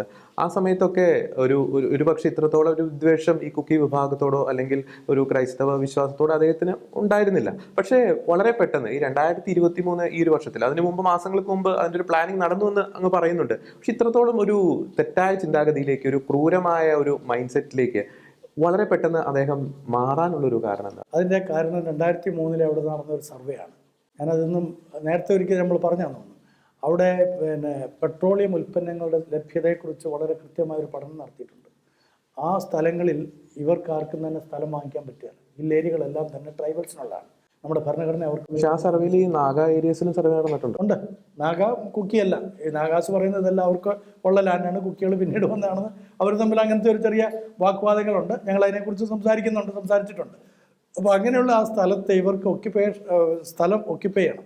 ദേ want to occupy the lands. അതെങ്ങനെ സാധിക്കും? അതിന് സാധിക്കണമെങ്കിൽ ഒറ്റ മാർഗ്ഗമേ ഉള്ളൂ. ഇവർക്ക് ട്രൈബൽ പദവി കിട്ടണം. അവർക്ക് ആ ട്രൈബൽ പദവി കിട്ടാൻ വേണ്ടിയിട്ട് എന്ത് ചെയ്യണം? അവർക്ക് കേസ് കൊടുക്കണം. കേസ് കൊടുത്തു എന്ന് വെച്ചാൽ ഹൈക്കോടതിയിൽ കേസ് വന്നു. അങ്ങനെ അവർക്ക് അനുവാദം എത്രയും വേഗത്തിൽ 4 ആഴ്ചക്കുള്ളിൽ എവിടെയെങ്കിലും നടക്കുന്ന കാര്യമാണ്. ഒരു വിഭാഗത്തെ 4 ആഴ്ചക്കുള്ളിൽ ഒരു എസ് ടി പദവി കൊടുക്കണമെന്ന് പറയാൻ തക്കവണ്ണം ഒരു നിയമജ്ഞനായിരിക്കുന്ന ആദരണീയനായിരിക്കുന്ന ആ ഹൈക്കോടതി ചീഫ് ജസ്റ്റിസിന് എങ്ങനെ സാധിച്ചു? അദ്ദേഹത്തിന് കിട്ടിയ അറിവ് എവിടുന്നാണ്? അത് എവിടെയാണ്? ഏത് ലോ കോളേജിലാണ് പഠിച്ചതെന്ന് ആളുകൾ ചോദിക്കുന്നു. ഞാനല്ല, അവിടുത്തെ ആളുകൾ ചോദിക്കുന്നു, കുക്കികൾ ചോദിക്കുന്നു, നാഗകൾ ചോദിക്കുന്നു. അപ്പോൾ അങ്ങനെ അദ്ദേഹം ആജ്ഞ പുറപ്പെടുവിക്കുന്നു. അത് ഇംപ്ലിമെൻ്റ് ചെയ്യാനായിട്ട് നല്ലൊരു ഭരണാധിപനാണെങ്കിൽ കൂടുതൽ സമയം ചോദിക്കുകയും, ഇവിടെ തന്നെ നമുക്കറിയാമല്ലോ, ഇവിടുത്തെ ഒരു MLA-യുടെ സ്ഥലം എൻക്രോച്ച്മെൻറ്റ് നടന്ന സ്ഥലം തിരിച്ചു പിടിക്കണമെന്ന് പറഞ്ഞപ്പോഴും സർക്കാർ തന്നെ പോയിട്ട് സാവകാശം ചോദിച്ച കഥ ഇന്നലെ നമ്മൾ കേട്ടതാണ് അല്ലേ മാധ്യമങ്ങളിലൂടെ. അപ്പോൾ അതേപോലെ തന്നെ അവിടെ ഒരു ലാൻഡല്ല, എത്രയോ ഏക്കേഴ്സുകളാണ്. അത് അവർക്ക് സ്വായത്തമാക്കണമെങ്കിൽ 4 ആഴ്ച കൊണ്ടൊക്കെ സാധിക്കുന്നൊരു കാര്യമാണോ? അങ്ങനെയുള്ള സമൂഹത്തെ ഉൾപ്പെടുത്താൻ കഴിയുമോ? ഞാൻ പറഞ്ഞതുപോലെ അവരുടെ ഇടയിൽ SC ഉണ്ട്, അതേപോലെ OBC ഉണ്ട്, ക്ഷത്രിയ ഉണ്ട്, ബ്രാഹ്മിൺസ് ഉണ്ട്. അപ്പോൾ ഇതിൻ്റെ എല്ലാം വശങ്ങൾ ശരിക്കും ക്രൈറ്റീരിയ എല്ലാം പാലിച്ചിട്ടല്ലേ പറ്റുള്ളൂ. അപ്പോൾ അതൊന്നും വേണ്ട, ഇതിങ്ങനെ നടത്തിയേക്ക് എന്ന് പറയാൻ തക്കവണ്ണം ആസൂത്രിതമായിട്ട് കാര്യങ്ങൾ നടന്നിട്ടല്ലേ. അതെന്തിനു വേണ്ടിയിട്ടാണ്? ഒരൊറ്റ ആവശ്യമേ ഉള്ളൂ. മലമുകളിലുള്ള വിഭവസമൃദ്ധമായ കാര്യങ്ങൾ, ഡയമണ്ട് ഉണ്ട്, അവിടെ ധാതു ലവണങ്ങളുണ്ട്, പെട്രോളിയമുണ്ട്. അപ്പോൾ ഇതിനായിരുന്നു അദ്ദേഹത്തിൻ്റെ കണ്ണ്. ആ കണ്ണ് ശരിയായ വിധത്തിൽ മഞ്ഞളിച്ചത് കൊണ്ടാണ് ഈ സംഭവങ്ങളെല്ലാം അവിടെ കൃത്യമായി നടന്നു വന്നിരിക്കുന്നത്. പക്ഷെ അതിനു വേണ്ടിയിട്ട് ഈ കുക്കികളെ എങ്ങനെ ജോർജി വേറെ ഞാൻ പറയരുതെന്ന് വിചാരിച്ചാണ്, പക്ഷെ പറയാത്തരമല്ല. ജോർജി എന്നെ പ്രോംപ്റ്റ് ചെയ്ത് പറയുകയാണ്. ഈ സംഭവം മെയ് 3 നടക്കേണ്ടിരുന്ന സംഭവമല്ല, ജൂൺ 8 നടത്തേണ്ടിയിരുന്ന സംഭവമാണിത്. അന്നായിരുന്നെങ്കിൽ ഇതല്ല അവസ്ഥ. അതും ക്രൈസ്തവ കുക്കികൾക്ക് നേരെ അല്ലായിരുന്നു, അത് വേറൊരു സമുദായത്തിന് നേരെയായിരുന്നു. അതൊക്കെ സമൂഹത്തിലെ. പക്ഷെ അതെങ്ങനെ ഈ ഖനനമായിട്ട് ബന്ധപ്പെട്ട് നമുക്കത് പറയാൻ സാധിക്കും? അല്ലല്ല, അതിനുശേഷം ഓരോന്നാണ് തീർത്ത് വരാൻ ആഗ്രഹിക്കുന്നത്. ഓരോന്ന് ഇത് ഇവരുടെ നാസികളുടെ നമ്മുടെ ഹിറ്റ്ലറുടെ സ്വഭാവം എന്തായിരുന്നു? എല്ലാവരും കൂടെ ഒരുമിച്ചായിരുന്നു. ഓരോന്നായിരുന്നു തീർത്തു വരുന്നത്. അപ്പോൾ അതേ ലെവലിലായിരുന്നു ഇവിടെ പ്ലാൻ ഇട്ടിരുന്നത്. അപ്പോൾ ആ പ്ലാനിൽ ഒന്നാമത്തെ ഘട്ടത്തിൽ അത് മിസ്ലീഡഡ് ആയിട്ട് ഈ ഭാഗ്യം കെട്ട കുക്കികളുടെ മേലായി. പക്ഷേ അവർക്ക് ഭാഗ്യമുണ്ട്. അത് ജൂൺ 8 ആയിരുന്നെങ്കിൽ ഇതല്ല അവസ്ഥ. കുക്കികൾ നാമാവിശേഷമായി മാറിയനെ. വേൾഡ് കുക്കി ഇൻ്റലക്ച്വൽ കൗൺസിലിൻ്റെ പ്രസിഡന്റ് കരഞ്ഞുകൊണ്ട്, എനിക്ക് തോന്നുന്നത് നമ്മുടെ ഷെക്കിന ചാനലിൻ്റെ സിയോൺ അത് ഒപ്പിയെടുത്തെന്ന് എനിക്ക് തോന്നുന്നു. അതുപോലെ കരഞ്ഞുകൊണ്ട് അദ്ദേഹം പറഞ്ഞു, 2053 ആകുമ്പോൾ ഒരൊറ്റ കുക്കി പോലും ലോകത്തിൽ ഉണ്ടാകാതിരിക്കാൻ തക്കവണ്ണം നാമാവിശേഷമാക്കുന്ന ഒരു പദ്ധതിയാണ് ഇവിടെ നടപ്പിൽ വരുത്താൻ പോകുന്നത്. അപ്പോൾ അവർ വളരെ ആശങ്കയുള്ളവരാണ്. അവരുടെ ജീവനെക്കുറിച്ച്, അവരുടെ തലമുറയെക്കുറിച്ച് അവർ വളരെ ഭയത്തോടു കൂടിയാണ് ജീവിക്കുന്നത്. ഒരു ഭരണാധിപൻ നല്ലൊരു ഭരണാധിപനാണെങ്കിൽ, ഞാൻ ഇപ്പോഴും വിശ്വസിക്കുന്നു, നല്ലൊരു ഭരണാധിപൻ്റെ കീഴിൽ ജീവിക്കുന്ന ജനം നിർഭയമായിരിക്കും. അതെവിടെ ആയിക്കോട്ടെ, ഇവിടെ ആയിക്കോട്ടെ, അവിടെ ആയിക്കോട്ടെ, എവിടെ ആയിക്കോട്ടെ. എന്നാൽ നീതിമാനല്ല, നീതികെട്ട ഭരണാധിപൻ്റെ കീഴിൽ പാർക്കുന്നവർ ഒരിക്കലും സ്വസ്ഥരായിരിക്കുകയില്ല. അല്ലേ? ശരിയല്ലേ അത്? ഈ 2023 ജൂൺ 8-ാം തീയതി ആ ഡേറ്റിന് എന്താ പ്രത്യേകത? അന്ന് ഏതോ ഒരു കേസ് സുപ്രീം കോടതി വരേണ്ടതാണ് ഞാൻ മനസ്സിലാക്കുന്നത്. ശരിയാണെങ്കിൽ എന്നോട് പറഞ്ഞ ആൾ, ഞാൻ ഇതേ ചോദ്യം ചോദിച്ചപ്പോൾ പറഞ്ഞു ആ ഒരു കേസ് വരാനുള്ളത്. അന്ന് അതിൻ്റെ വിധി ശരിയോ തെറ്റോ എന്നുള്ളത് അവർക്ക് ഏകദേശം ഇത് ചിന്തിക്കാവുന്നേ ഉള്ളൂ, ഊഹിക്കാവുന്നേ ഉള്ളൂ. അപ്പോൾ അത് മറച്ചു വെക്കാൻ വേണ്ടിയിട്ടായിരുന്നു ആ ഡേറ്റ് അവർ തിരഞ്ഞെടുത്തത്. ഈ നേരത്തെ അങ്ങ് സൂചിപ്പിച്ചു, ബിരേൻ സിംഗ് വളരെ കാൽക്കുലേറ്റ് ആയിട്ട് മാസങ്ങളായിട്ട് ഇതിനുള്ള ഒരുക്കങ്ങൾ നടത്തുന്നു. പക്ഷേ ഏകദേശം ഒരു ഫെബ്രുവരി മാർച്ച് മാസം മുതൽ തന്നെ ഈ കുക്കി വിഭാഗക്കാർ വളരെ ഒരു പ്രൊവോക്കേഷനിലേക്ക് പോയില്ലായിരുന്നോ? ഈ ജിം അവിടെ ചിരാചന്ദ്പൂരിലുള്ള ഒരു മേത്തി വിഭാഗക്കാരുടെ ജിമ്മ് കത്തിക്കുന്നു, അതുപോലെ അല്ലല്ല, ആയുധങ്ങൾ തിരികെ വാങ്ങിയിട്ട് ഇദ്ദേഹം അവിടെ ജിമ്മ് വിസിറ്റ് ചെയ്യാൻ വരുന്നു എന്ന് പറഞ്ഞു. പക്ഷേ അവിടെ സംഭവിച്ച വേറെ ചില കാര്യങ്ങളാണ്. അതിൻ്റെ അടിസ്ഥാനത്തിലാണ് അവിടെ ആ സംഭവം ഉണ്ടായിരിക്കുന്നത്, അല്ലാതെ ഇതുമായിട്ട് ബന്ധപ്പെട്ടിട്ട്. പക്ഷെ അവരുടെ ഭാഗത്തു നിന്ന് ഒരു പ്രൊവോക്കേഷൻ അവിടെ മുതൽ മാർച്ച് മുതൽ അവർ വിവിധ സമ്മേളനങ്ങൾ നടത്തുന്നു. അത്തരത്തിലുള്ള പ്രൊവോക്കേഷൻ മാർച്ചിൽ ഈ വിധി വന്നപ്പോൾ മുതലാണ്, കോടതിയുടെ വിധി വന്നപ്പോൾ മുതലാണ് അവർ പ്രൊവോക്കഡ് ആയത്. അത് സ്വാഭാവികമല്ലേ? ഇപ്പം ഇതുവരെ അനുവദിക്കപ്പെട്ടിരിക്കുന്ന ഒരു കാര്യത്തിൽ നിന്ന് അനുവാദം കൊടുക്കുക. ഇവിടെ കേരളത്തിൽ തന്നെ ഒരു ഉദാഹരണം, ചെറിയ ഉദാഹരണം എടുക്കുക. ഇവിടെ 80-20 വിഷയം വന്നപ്പോൾ എന്താ ഇവിടെ സംഭവിച്ചത്? എന്താ സംഭവിച്ചത്? 80-20 വിഷയത്തിൽ ന്യായമായ നീതിപൂർവമായ ഒരു വിധി കിട്ടിക്കഴിഞ്ഞപ്പോൾ എന്താണ് ഇവിടെ സംഭവിച്ചത്? അതേപോലെ തന്നെ അവിടെ സംഭവിക്കത്തില്ലേ? അതിനേക്കാൾ കൂടുതൽ സംഭവിക്കത്തില്ലേ? അവിടെ അവർ ഗോത്രവർഗ്ഗക്കാരല്ലേ? അവരുടെ ഗോത്ര പദവി മറ്റൊരാൾക്കും കൂടെ കൊടുക്കാന്ന് പറയുമ്പോൾ അവർക്ക് കിട്ടേണ്ടുന്ന ആനുകൂല്യങ്ങൾ മാത്രമല്ല, അവരുടെ ലാൻഡ് മുഴുവനും പോവുകയല്ലേ. അവർക്കറിയാം ഇതാണ് സംഭവം, ഇതിനു വേണ്ടിയിട്ടാണ് ഈ ലാൻഡ് അവർ അക്വയർ ചെയ്യാനായിട്ട് വരുന്നതെന്നുള്ള അവർക്കറിയാം. അതുകൊണ്ടാണ് അവർ പ്രൊവോക്ഡ് ആയത്. അപ്പോൾ അങ്ങനെ പ്രൊവോക്ക് ചെയ്യുന്നതിനേക്കാളും അവരെ വിളിച്ചിരുത്തി കാര്യങ്ങൾ വിശദമായി സംസാരിച്ച് അതിനൊരു ശാശ്വതമായ പരിഹാരം വരുത്തുന്നതിന് പകരം അവരെ കൂടുതലായിട്ട് ഈ പ്രശ്നങ്ങൾ ട്രിഗർ ചെയ്യാനായിട്ടായിരുന്നു ഇവരെല്ലാവരും ശ്രമിച്ചത്. അപ്പോൾ ഈ പ്രൊവോക്കേഷൻ്റെ കാര്യം നാം സംസാരിച്ചു. പക്ഷേ ഈ ലാൻഡ് അക്വിസിഷൻ, ഈ ലാൻഡ് എൻക്രോച്ച് ചെയ്യുന്ന ആ ഒരു കാര്യങ്ങളൊക്കെ, അക്വിസിഷൻ്റെ കാര്യങ്ങളൊക്കെ കുക്കി ഗോത്രത്തെ മാത്രമല്ല ബാധിക്കുന്നത്, നാഗാ ഗോത്ര വിഭാഗങ്ങൾ, പല ഗോത്ര വിഭാഗങ്ങളെ ബാധിക്കുന്നുണ്ട്. പക്ഷേ എന്തുകൊണ്ട് ഈ കുക്കികൾ മാത്രം ഇത്രത്തോളം പ്രൊവോക്കേറ്റഡ്? കുക്കികളെ ടാർഗറ്റ് ചെയ്തുകൊണ്ടാണ് പല കാര്യങ്ങളും അവർ ചെയ്തുകൊണ്ടിരിക്കുന്നത്. നാഗന്മാരെ തൊടാനായിട്ട് ഇപ്പോൾ പറ്റുകയില്ല. ഒന്നാമത് നാഗാലാൻഡ് അവരുടെ കോട്ടയാണ്. നാഗന്മാർ വേറൊരു ആശയമായിട്ട് നിൽക്കുന്നവരാണ്. അവർക്ക് സെപ്പറേറ്റ് ആയിട്ടുള്ള സ്വാതന്ത്ര്യവും സെപ്പറേറ്റ് ആയിട്ടുള്ള പതാകയും വേണമെന്ന് വാദിക്കുന്നവരാണ്. അതിനിടയ്ക്ക് ഒന്ന് പറഞ്ഞോട്ടെ, മേത്തികൾ ഇന്ത്യൻ ഫ്ലാഗ് അല്ല ഉപയോഗിക്കുന്നതെന്നുള്ള അറിയാമല്ലോ അല്ലേ? 7 വർണ്ണ പതാകയാണ് അവർ ഉപയോഗിക്കാറുള്ളത്. എന്നാൽ ഈ കുക്കികളാകട്ടെ ഇന്ത്യയോട് വളരെ പറ്റുമാനമുള്ളവരാണ്, മനസ്സിലായോ? അപ്പം നാഗന്മാർ വേറൊരു രാജ്യത്തിന് വേണ്ടി വാദിക്കുന്നവരുമാണ്. അപ്പോൾ നമ്മളെല്ലാം കൂടെ കൂട്ടി വായിക്കുമ്പോഴും അവിടുന്ന് കിട്ടുന്ന ഇൻഫർമേഷൻ അനുസരിച്ചും കുക്കികളെ ടാർഗറ്റ് ചെയ്യുന്നത് വളരെ എളുപ്പമായിരുന്നു. നാഗന്മാരെ അങ്ങനെ ടാർഗറ്റ് ചെയ്യാൻ പറ്റില്ല. അങ്ങനെ ചെയ്താൽ നാഗാലാൻഡിൽ ഉള്ള മേത്തികളും അതുപോലെ മിസോറാമിലും മറ്റ് ആസാമിലും ഒക്കെ ഉള്ള മേത്തികൾ പിന്നെ ജീവനോടെ ഉണ്ടാകുകയില്ല.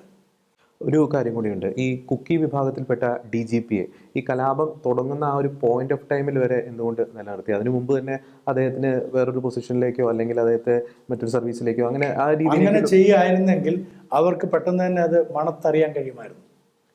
യാതൊരു സംശയത്തിനും ഇടം കൊടുക്കാതെ വണ്ണമാണ് ഈ കാര്യങ്ങളെല്ലാം ചെയ്തത്. അതുകൊണ്ടാണ് ഇത് സംഭവിച്ചത്. അപ്പം ഈ മാസങ്ങളായിട്ട് ഇത്തരത്തിലുള്ള ഇതിനു വേണ്ടിയിട്ടുള്ള ഒരുക്കങ്ങൾ നടത്തിയെന്ന് അങ്ങ് പറഞ്ഞു. അതിൻ്റെ പല തെളിവുകളും ഉണ്ട്. അപ്പോൾ ശക്തമായിട്ടുള്ള ഇന്റലിജൻസ് സംവിധാനം സംസ്ഥാനത്തും ഉണ്ട്, കേന്ദ്രത്തിലുണ്ട്. അപ്പോൾ ഇത്തരത്തിലുള്ള ഒരുക്കങ്ങളുടെ ഒരു പരിണിത ഫലം കൃത്യമായിട്ടും അതിന്റെ ടോപ്പ് പൊസിഷനിലുള്ള കൃത്യമായിട്ട് അറിയാം. അവരുടെ ഇൻസ്ട്രുമെന്റ്സ് ആണല്ലോ. തീർച്ചയായും അറിയാം. അപ്പോൾ അവിടെ സംഭവിക്കാൻ പോകുന്നത് ഇതിന്റെ പരിണിത ഫലം നാം കണ്ടു. ദേവാലയങ്ങൾ കത്തുന്നു, അനേകർ അഭയാർത്ഥികളായിട്ട് പല ക്യാമ്പുകളിലേക്ക് പോകുന്നു.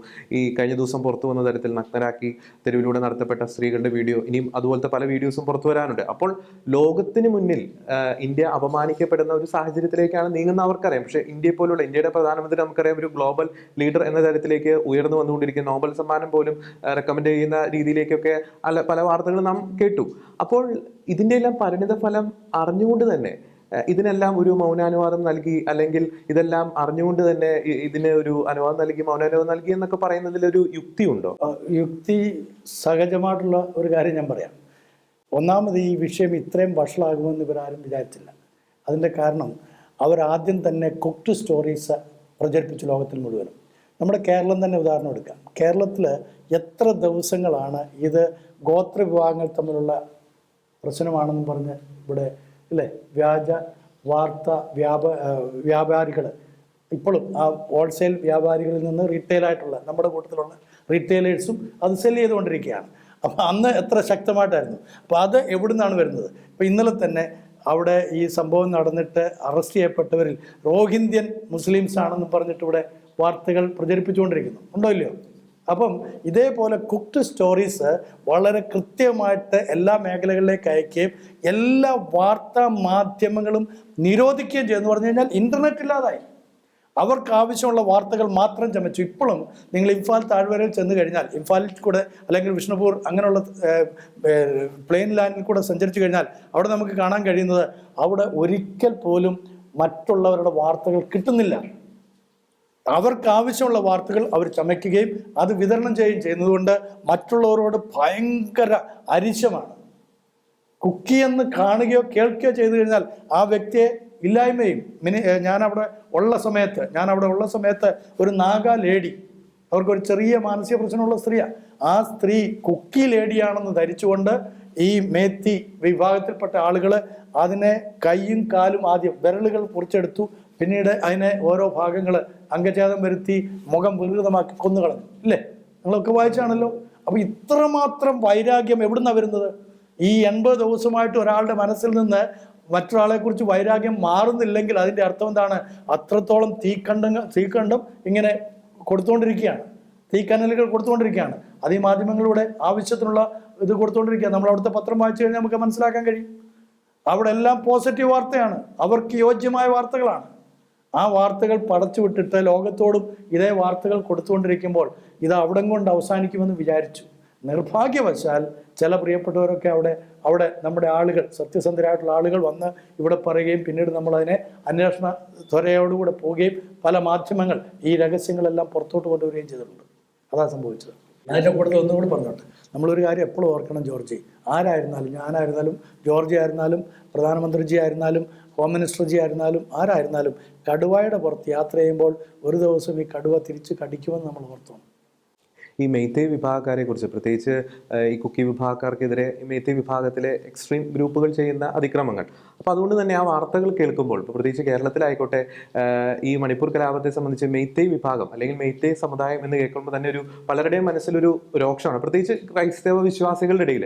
പക്ഷേ യഥാർത്ഥത്തിൽ ഈ മെയ്തേയ് വിഭാഗക്കാരുടെ ഇടയിലും സമാധാനകാംക്ഷികൾ അനേകം പേരില്ലേ? ഈ മെയ്തേയ് ലിപൂൺ അല്ലെങ്കിൽ അരമ്പായ് തങ്ങൾ പോലുള്ള എക്സ്ട്രീം ഗ്രൂപ്പുകളുടെ ഒരു ഫൗൾ പ്ലേ അല്ലേ അവിടെ ശരിക്കും ആക്ച്വലി ഒരു പറയുന്നത്? ഇവിടെ ആദ്യമേ വിറ്റഴിക്കാൻ ശ്രമിച്ച ഒരു വ്യാജ വാർത്ത ഇത് ക്രിസ്ത്യാനികളും ഹിന്ദുക്കളും തമ്മിലുള്ള ഒരു ഇതാണെന്ന് ഇവിടെ പറയുന്നു എന്ന് പറഞ്ഞാൽ, അങ്ങനെ ആരും പറഞ്ഞായിട്ട് ഞാൻ കേട്ടിട്ടില്ല, ഞാൻ പറഞ്ഞിട്ടില്ല. എൻ്റെ അതിനെ കൊണ്ട് ഒരിക്കലും ഞാനങ്ങനെ ചിന്തിച്ചിട്ട് പോലുമില്ല. അവിടെ അരംഗായ് തങ്കോളും ലീപ്പൂണും മാത്രമാണ്, മേത്തി ലീപ്പൂണും മാത്രമാണ് ഈ എല്ലാ പ്രശ്നങ്ങൾക്കും കാരണം. അതിൻ്റെ ചുക്കാൻ പിടിക്കുന്ന ആളുകളാണ് ഭരണത്തിലിരിക്കുന്നത്. അത് മാത്രമേ അന്നും ഇന്നും എന്നും ഞാൻ പറയുകയുള്ളൂ. കാരണം ഞാൻ അങ്ങനെയാണ് വസ്തുത മനസ്സിലാക്കിയത്. ഞാൻ സംസാരിച്ചതായ മേത്തി സിവിലിയൻ സൊസൈറ്റി ഓർഗനൈസേഷൻ്റെ പ്രസിഡന്റും ജനറൽ സെക്രട്ടറിയും അന്ന് സമാധാന റാലിക്കുണ്ടായിരുന്നു, ആ പീസ് റാലിക്ക് അവരെല്ലാം ഉണ്ടായിരുന്നു. അവരും വളരെ കൃത്യമായിട്ട് സംസാരിച്ചു. അവരും പറഞ്ഞത് ഇവിടെ സമാധാനം വേണം, ഞങ്ങൾ സമാധാന പ്രേമികളാണ്. ഞാൻ ചില മേഖലകളിൽ സഞ്ചരിച്ചപ്പോൾ, മേത്തി മേഖലകളിൽ സഞ്ചരിച്ചപ്പോൾ അവിടെ ഫ്ലാഗ് പിടിച്ചുകൊണ്ട് ഒരുപാട് സഹോദരിമാർ റോഡ് സൈഡിലിരിക്കുന്നു, പന്തിൽ കെട്ടി അവരിയ്ക്കുന്നു. അവർ പറയുന്നു നമുക്ക് സമാധാനമാണ് വേണ്ടത്, നമുക്ക് ഡിവിഷൻ വേണ്ട, നമ്മൾ ഒന്നാണ്, നമ്മുടെ ഭാരതം ഒന്നാണ്, അഖണ്ഡ ഭാരതത്തെ തകർക്കാൻ ശ്രമിക്കരുത്. അങ്ങനെ ഒരുപാട് ബാനർ പിടിച്ചുകൊണ്ട് ഒരുപാട് സ്ത്രീകൾ അവിടെ ഇരിക്കുന്നു. അപ്പം ഇത് വളരെ കൃത്യമായി ആസൂത്രണം ചെയ്ത ഒരു പറ്റം ആളുകൾ, മാക്സിമം ഇതിനകത്ത് എല്ലാം കൂടെ നമ്മൾ തപ്പിപ്പറക്കി എടുത്തു കഴിഞ്ഞാൽ ഒരു 10,000-15,000 ആളുകൾ മാത്രമേ ഇതിനകത്തെ കൾപ്രിറ്റ്സ് ഉള്ളൂ. മനസ്സിലായില്ലേ? ബാക്കിയുള്ളവരെല്ലാം ഇന്നസെൻ്റ് എന്ന് മാത്രമല്ല, അവർ വളരെ സ്നേഹമുള്ള ആളുകളാണ്. ഞാൻ അനുഭവിച്ചതാണ്, ഞാൻ അവരുടെ ഇടയിലാണ് താമസിച്ചത്. മേത്തി വിഭാഗത്തിൻ്റെ ഇടയിൽ താമസിച്ചിട്ടാണ് ഈ വരുന്നത്. 10-12 ദിവസം അടുപ്പിച്ച് അവരുടെ ഇടയിൽ താമസിച്ചു, അവരുമായിട്ട് സഞ്ചരിച്ചു, അവരുമായിട്ട് ഇടപെട്ടു, അവരുടെ ഭക്ഷണം കഴിച്ചു, എത്ര സന്തോഷമായിട്ട്. അപ്പം അവർക്കിതൊരു ഇങ്ങനത്തെ ഒരു കലാപം നടന്നതിൽ അവർക്ക് ആർക്കും താല്പര്യമില്ലാത്തതുകൊണ്ടാണല്ലോ ഈ കലാപം ഒതുക്കി തീർക്കണമെന്ന് പറഞ്ഞിട്ട് അവരുടെ തന്നെ മന്ത്രിമാരുടെ വീടുകൾ കത്തിക്കാനും വാഹനം കത്തിക്കാനും അവർ ഒരുമ്പെട്ടത് അല്ലേ? ഈ കുക്കി വിഭാഗക്കാർക്ക് ഇപ്പോഴും പ്രധാനമന്ത്രിയോടുള്ള ഒരു ഇഷ്ടം കുറഞ്ഞിട്ടില്ല. പ്രധാനമന്ത്രിയോട് മാത്രമല്ല, അവർക്ക് ഇന്ത്യയോടുള്ള ഇഷ്ടം കുറഞ്ഞിട്ടില്ല. ഇന്ത്യയോട് അവർക്ക് ഇഷ്ടമുണ്ട്. കാരണം അവർ ഇന്ത്യൻ ദേശീയ പതാക കയ്യിലെത്തുന്നവരാണ്. അപ്പം ഈ അങ്ങ് 2 തവണയായിട്ട് മണിപ്പൂർ സന്ദർശിച്ചു. അതുമായി ബന്ധപ്പെട്ട പല ചർച്ചകളിലും ഇൻവോൾവായി. കുക്കി വിഭാഗക്കാർ, മേത്തി വിഭാഗക്കാർ, നാഗ വിഭാഗക്കാർ, അപ്പം അതുമായിട്ട് ബന്ധപ്പെട്ട മന്ത്രിമാരും എം എൽ എമാരൊക്കെ ആയിട്ട് ചർച്ച നടത്തി. അങ്ങയുടെ ഒരു വീക്ഷണത്തിൽ ഈ സമാധാനത്തിലുള്ളൊരു ശാശ്വതമായിട്ടുള്ളൊരു സൊല്യൂഷൻ, അവർക്കൊരു സെപ്പറേറ്റ് ഭരണം, രാജ്യമല്ല അവർ ആവശ്യപ്പെടുന്നത്, സംസ്ഥാനമല്ല, ഒരു സെപ്പറേറ്റ് അഡ്മിനിസ്ട്രേഷൻ ന്യായമായിട്ടുള്ളൊരു കാര്യമായിട്ട് എനിക്കും തോന്നിയിട്ടുണ്ട്. കാരണം ഇനി അവർക്ക് മേത്തികളുടെ ഇടയിലേക്ക് വരാൻ മാനസികമായിട്ട് കഴിയില്ല. അവരുടെ ട്രോമ ഭയങ്കരമാണ്. അപ്പോൾ ഏറ്റവും സുഗമമായിട്ട് ഇത് പരിഹരിക്കാവുന്നത് അവർക്കൊരു അഡ്മിനിസ്ട്രേഷൻ സെപ്പറേറ്റ് കൊടുക്കുമ്പോൾ നാഗകൾ അവരുമായിട്ട് ഡിസ്കസ് ചെയ്ത് അവർക്ക് ചില ഡിമാൻഡ്സ് ഉണ്ട്. ആ ഡിമാൻഡ്സും കൂടെ ഫുൾഫിൽ ചെയ്ത് കഴിഞ്ഞാൽ മേത്തികളും അവരും ഇവരും 3 കൂട്ടരും വളരെ സന്തുഷ്ടമായി ഒരു സ്നേഹിതരായിട്ട് മുന്നോട്ട് പോകുമെന്നാണ് ഈ 3 കൂട്ടരും എന്നോട് പറഞ്ഞത്. ഈ വിഭാഗത്തിൽ ഈ മേത്തി പങ്കൽസിൻ്റെ ഇപ്പോഴത്തെ നിലപാടെന്ന്?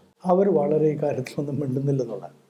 അവരിതിനെക്കുറിച്ച് ഇങ്ങനൊരു സംഭവം നടക്കുന്നതായിട്ട് പോലും ഗവനിക്കുന്നേ ഇല്ല. അവരവരുടെ ജോലി നോക്കുന്നു, അവരുടെ കാര്യങ്ങൾ. ഇപ്പം അന്ന് നമ്മുടെ പീസ് റാലിയിൽ ഇവർ ചിലർ വന്നായിരുന്നു.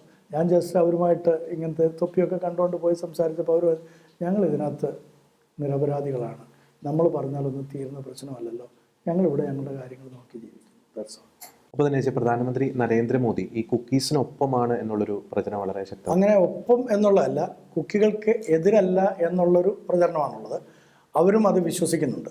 കുക്കികൾ അത് മാത്രമല്ല, അമിത്ഷാജിയും അവർക്ക് അനുകൂലമായ നിലപാട് എടുക്കുമെന്ന് പൂർണ്ണമായിട്ട് വിശ്വസിക്കുന്നതുകൊണ്ടാണ് കേന്ദ്രത്തോട് അവർ വളരെ സംയമനം പാലിച്ചു പോയിക്കൊണ്ടിരിക്കുന്നത്.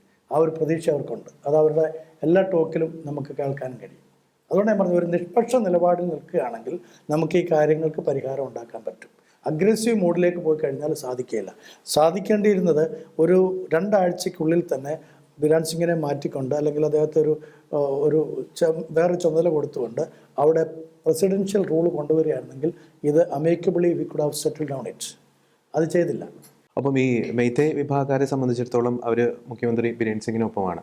അവരുടെ ഒരു പ്രധാനപ്പെട്ട ഒരു ഡിമാൻഡാണ് ഈ ആസാം റൈഫിൾസ് ഇന്ത്യൻ ആർമീനെ അവിടുന്ന് പിൻവലിക്കുക. അപ്പോൾ അവരുടെ ഒരു സാന്നിധ്യം കൊണ്ടാണോ ഈ പ്രധാനമന്ത്രി കുക്കി വിഭാഗക്കാരുടെ ഒപ്പമാണ് എന്നൊരു പ്രചരണം അവരുടെ ഇടയിൽ? അവിടെ 2 വിധത്തിലാണ്. മെയ്ത്തികൾ പറയുന്നത് ഈ ആസാം റൈഫിൾസിനെ അവിടുന്ന് പിൻവലിക്കണം, കാരണം കുക്കികളും മറ്റും അതിനകത്തുണ്ട്, നാഗകളും ഉണ്ട്, അവർക്ക് വിശ്വാസമില്ല എന്നുള്ളതാണ് അവർ പറയുന്നത്.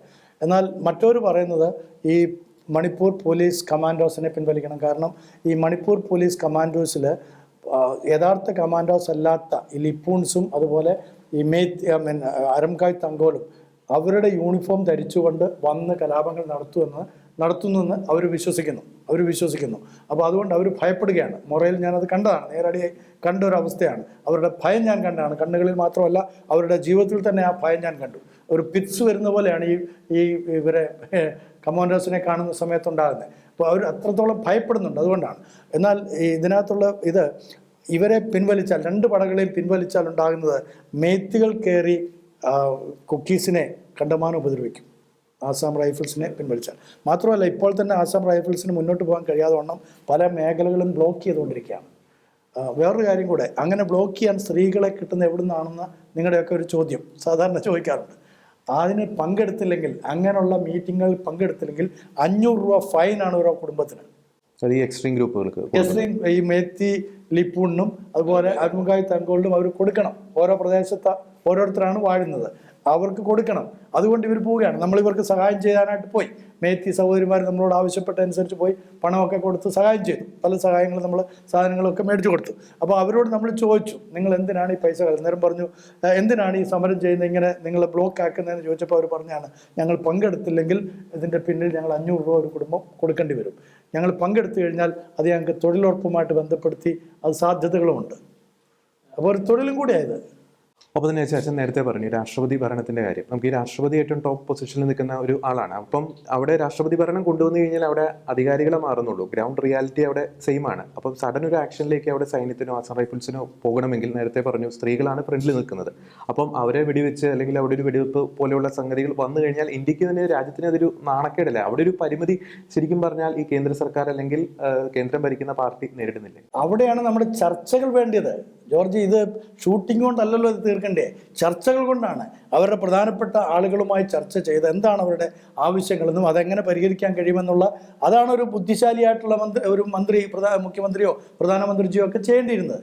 അവർ ചർച്ച ചെയ്ത് പല ദിവസങ്ങൾ, 1 ദിവസം കൊണ്ടോ 2 ദിവസം കൊണ്ടോ, ഇപ്പോൾ 80 ദിവസമായല്ലോ, ഇപ്പോൾ എത്രയോ സമയം ഇതിന് പാഴാക്കി കളഞ്ഞവർ, ചർച്ചയ്ക്കുള്ള അവസരങ്ങൾ പാഴാക്കി കളഞ്ഞു. ഡിബേറ്റ് ആകാമല്ലോ, ചർച്ച മാത്രമല്ല, ഇൻ്റർനെറ്റ് കൊടുത്തിട്ട് ആളുകൾക്ക് ചർച്ച ചെയ്ത് ആളുകളെല്ലാം ഈ വിഷയങ്ങളെക്കുറിച്ച് പ്രതികരിക്കാനായിട്ട്, പോസിറ്റീവായിട്ട് പ്രതികരിക്കാനുള്ള അവസരം കൊടുക്കാമായിരുന്നല്ലോ. അത് ചെയ്യുന്നില്ല. അപ്പോൾ അതൊക്കെയാണ്. അപ്പം ഹ്യൂമൻ റൈറ്റ്സ് എല്ലാം വയലേഷൻ നടക്കുകയാണ്. ആരാ വയലേറ്റ് ചെയ്യുന്നത്? അവിടുത്തെ ഭരണാധികാരികൾ. അപ്പോൾ അതിനെതിരെയാണ് സാധാരണക്കാരായിട്ടുള്ള ആളുകൾ അവിടെ രോക്ഷാകുലരാകുന്നത്. അത് കാണുമ്പോൾ നമുക്കും സങ്കടം തോന്നും. തീർച്ചയായും മണിപ്പൂരിൻ്റെ സമാധാനത്തിനായി അങ്ങ് വളരെ ത്യാഗപൂർവ്വം നടത്തുന്ന എല്ലാ ശ്രമങ്ങളെയും ദൈവം അനുഗ്രഹിക്കട്ടെ, അത് വിജയത്തിലെത്തിക്കട്ടെ എന്ന് പ്രാർത്ഥിക്കുകയാണ്. ഒപ്പം തന്നെ ഈ 80 ദിവസത്തിന് മുകളിലായി അവിടെ തുടരുന്ന ഒരു കലാപത്തിന് ശാശ്വതമായ ഒരു പരിഹാരം കൊണ്ടുവരാൻ സംസ്ഥാന ഭരണകൂടത്തിനും കേന്ദ്ര ഭരണകൂടത്തിനും സാധിക്കട്ടെ എന്ന് നമുക്ക് പ്രാർത്ഥിക്കാം, ആശംസിക്കാം. Thank you very much.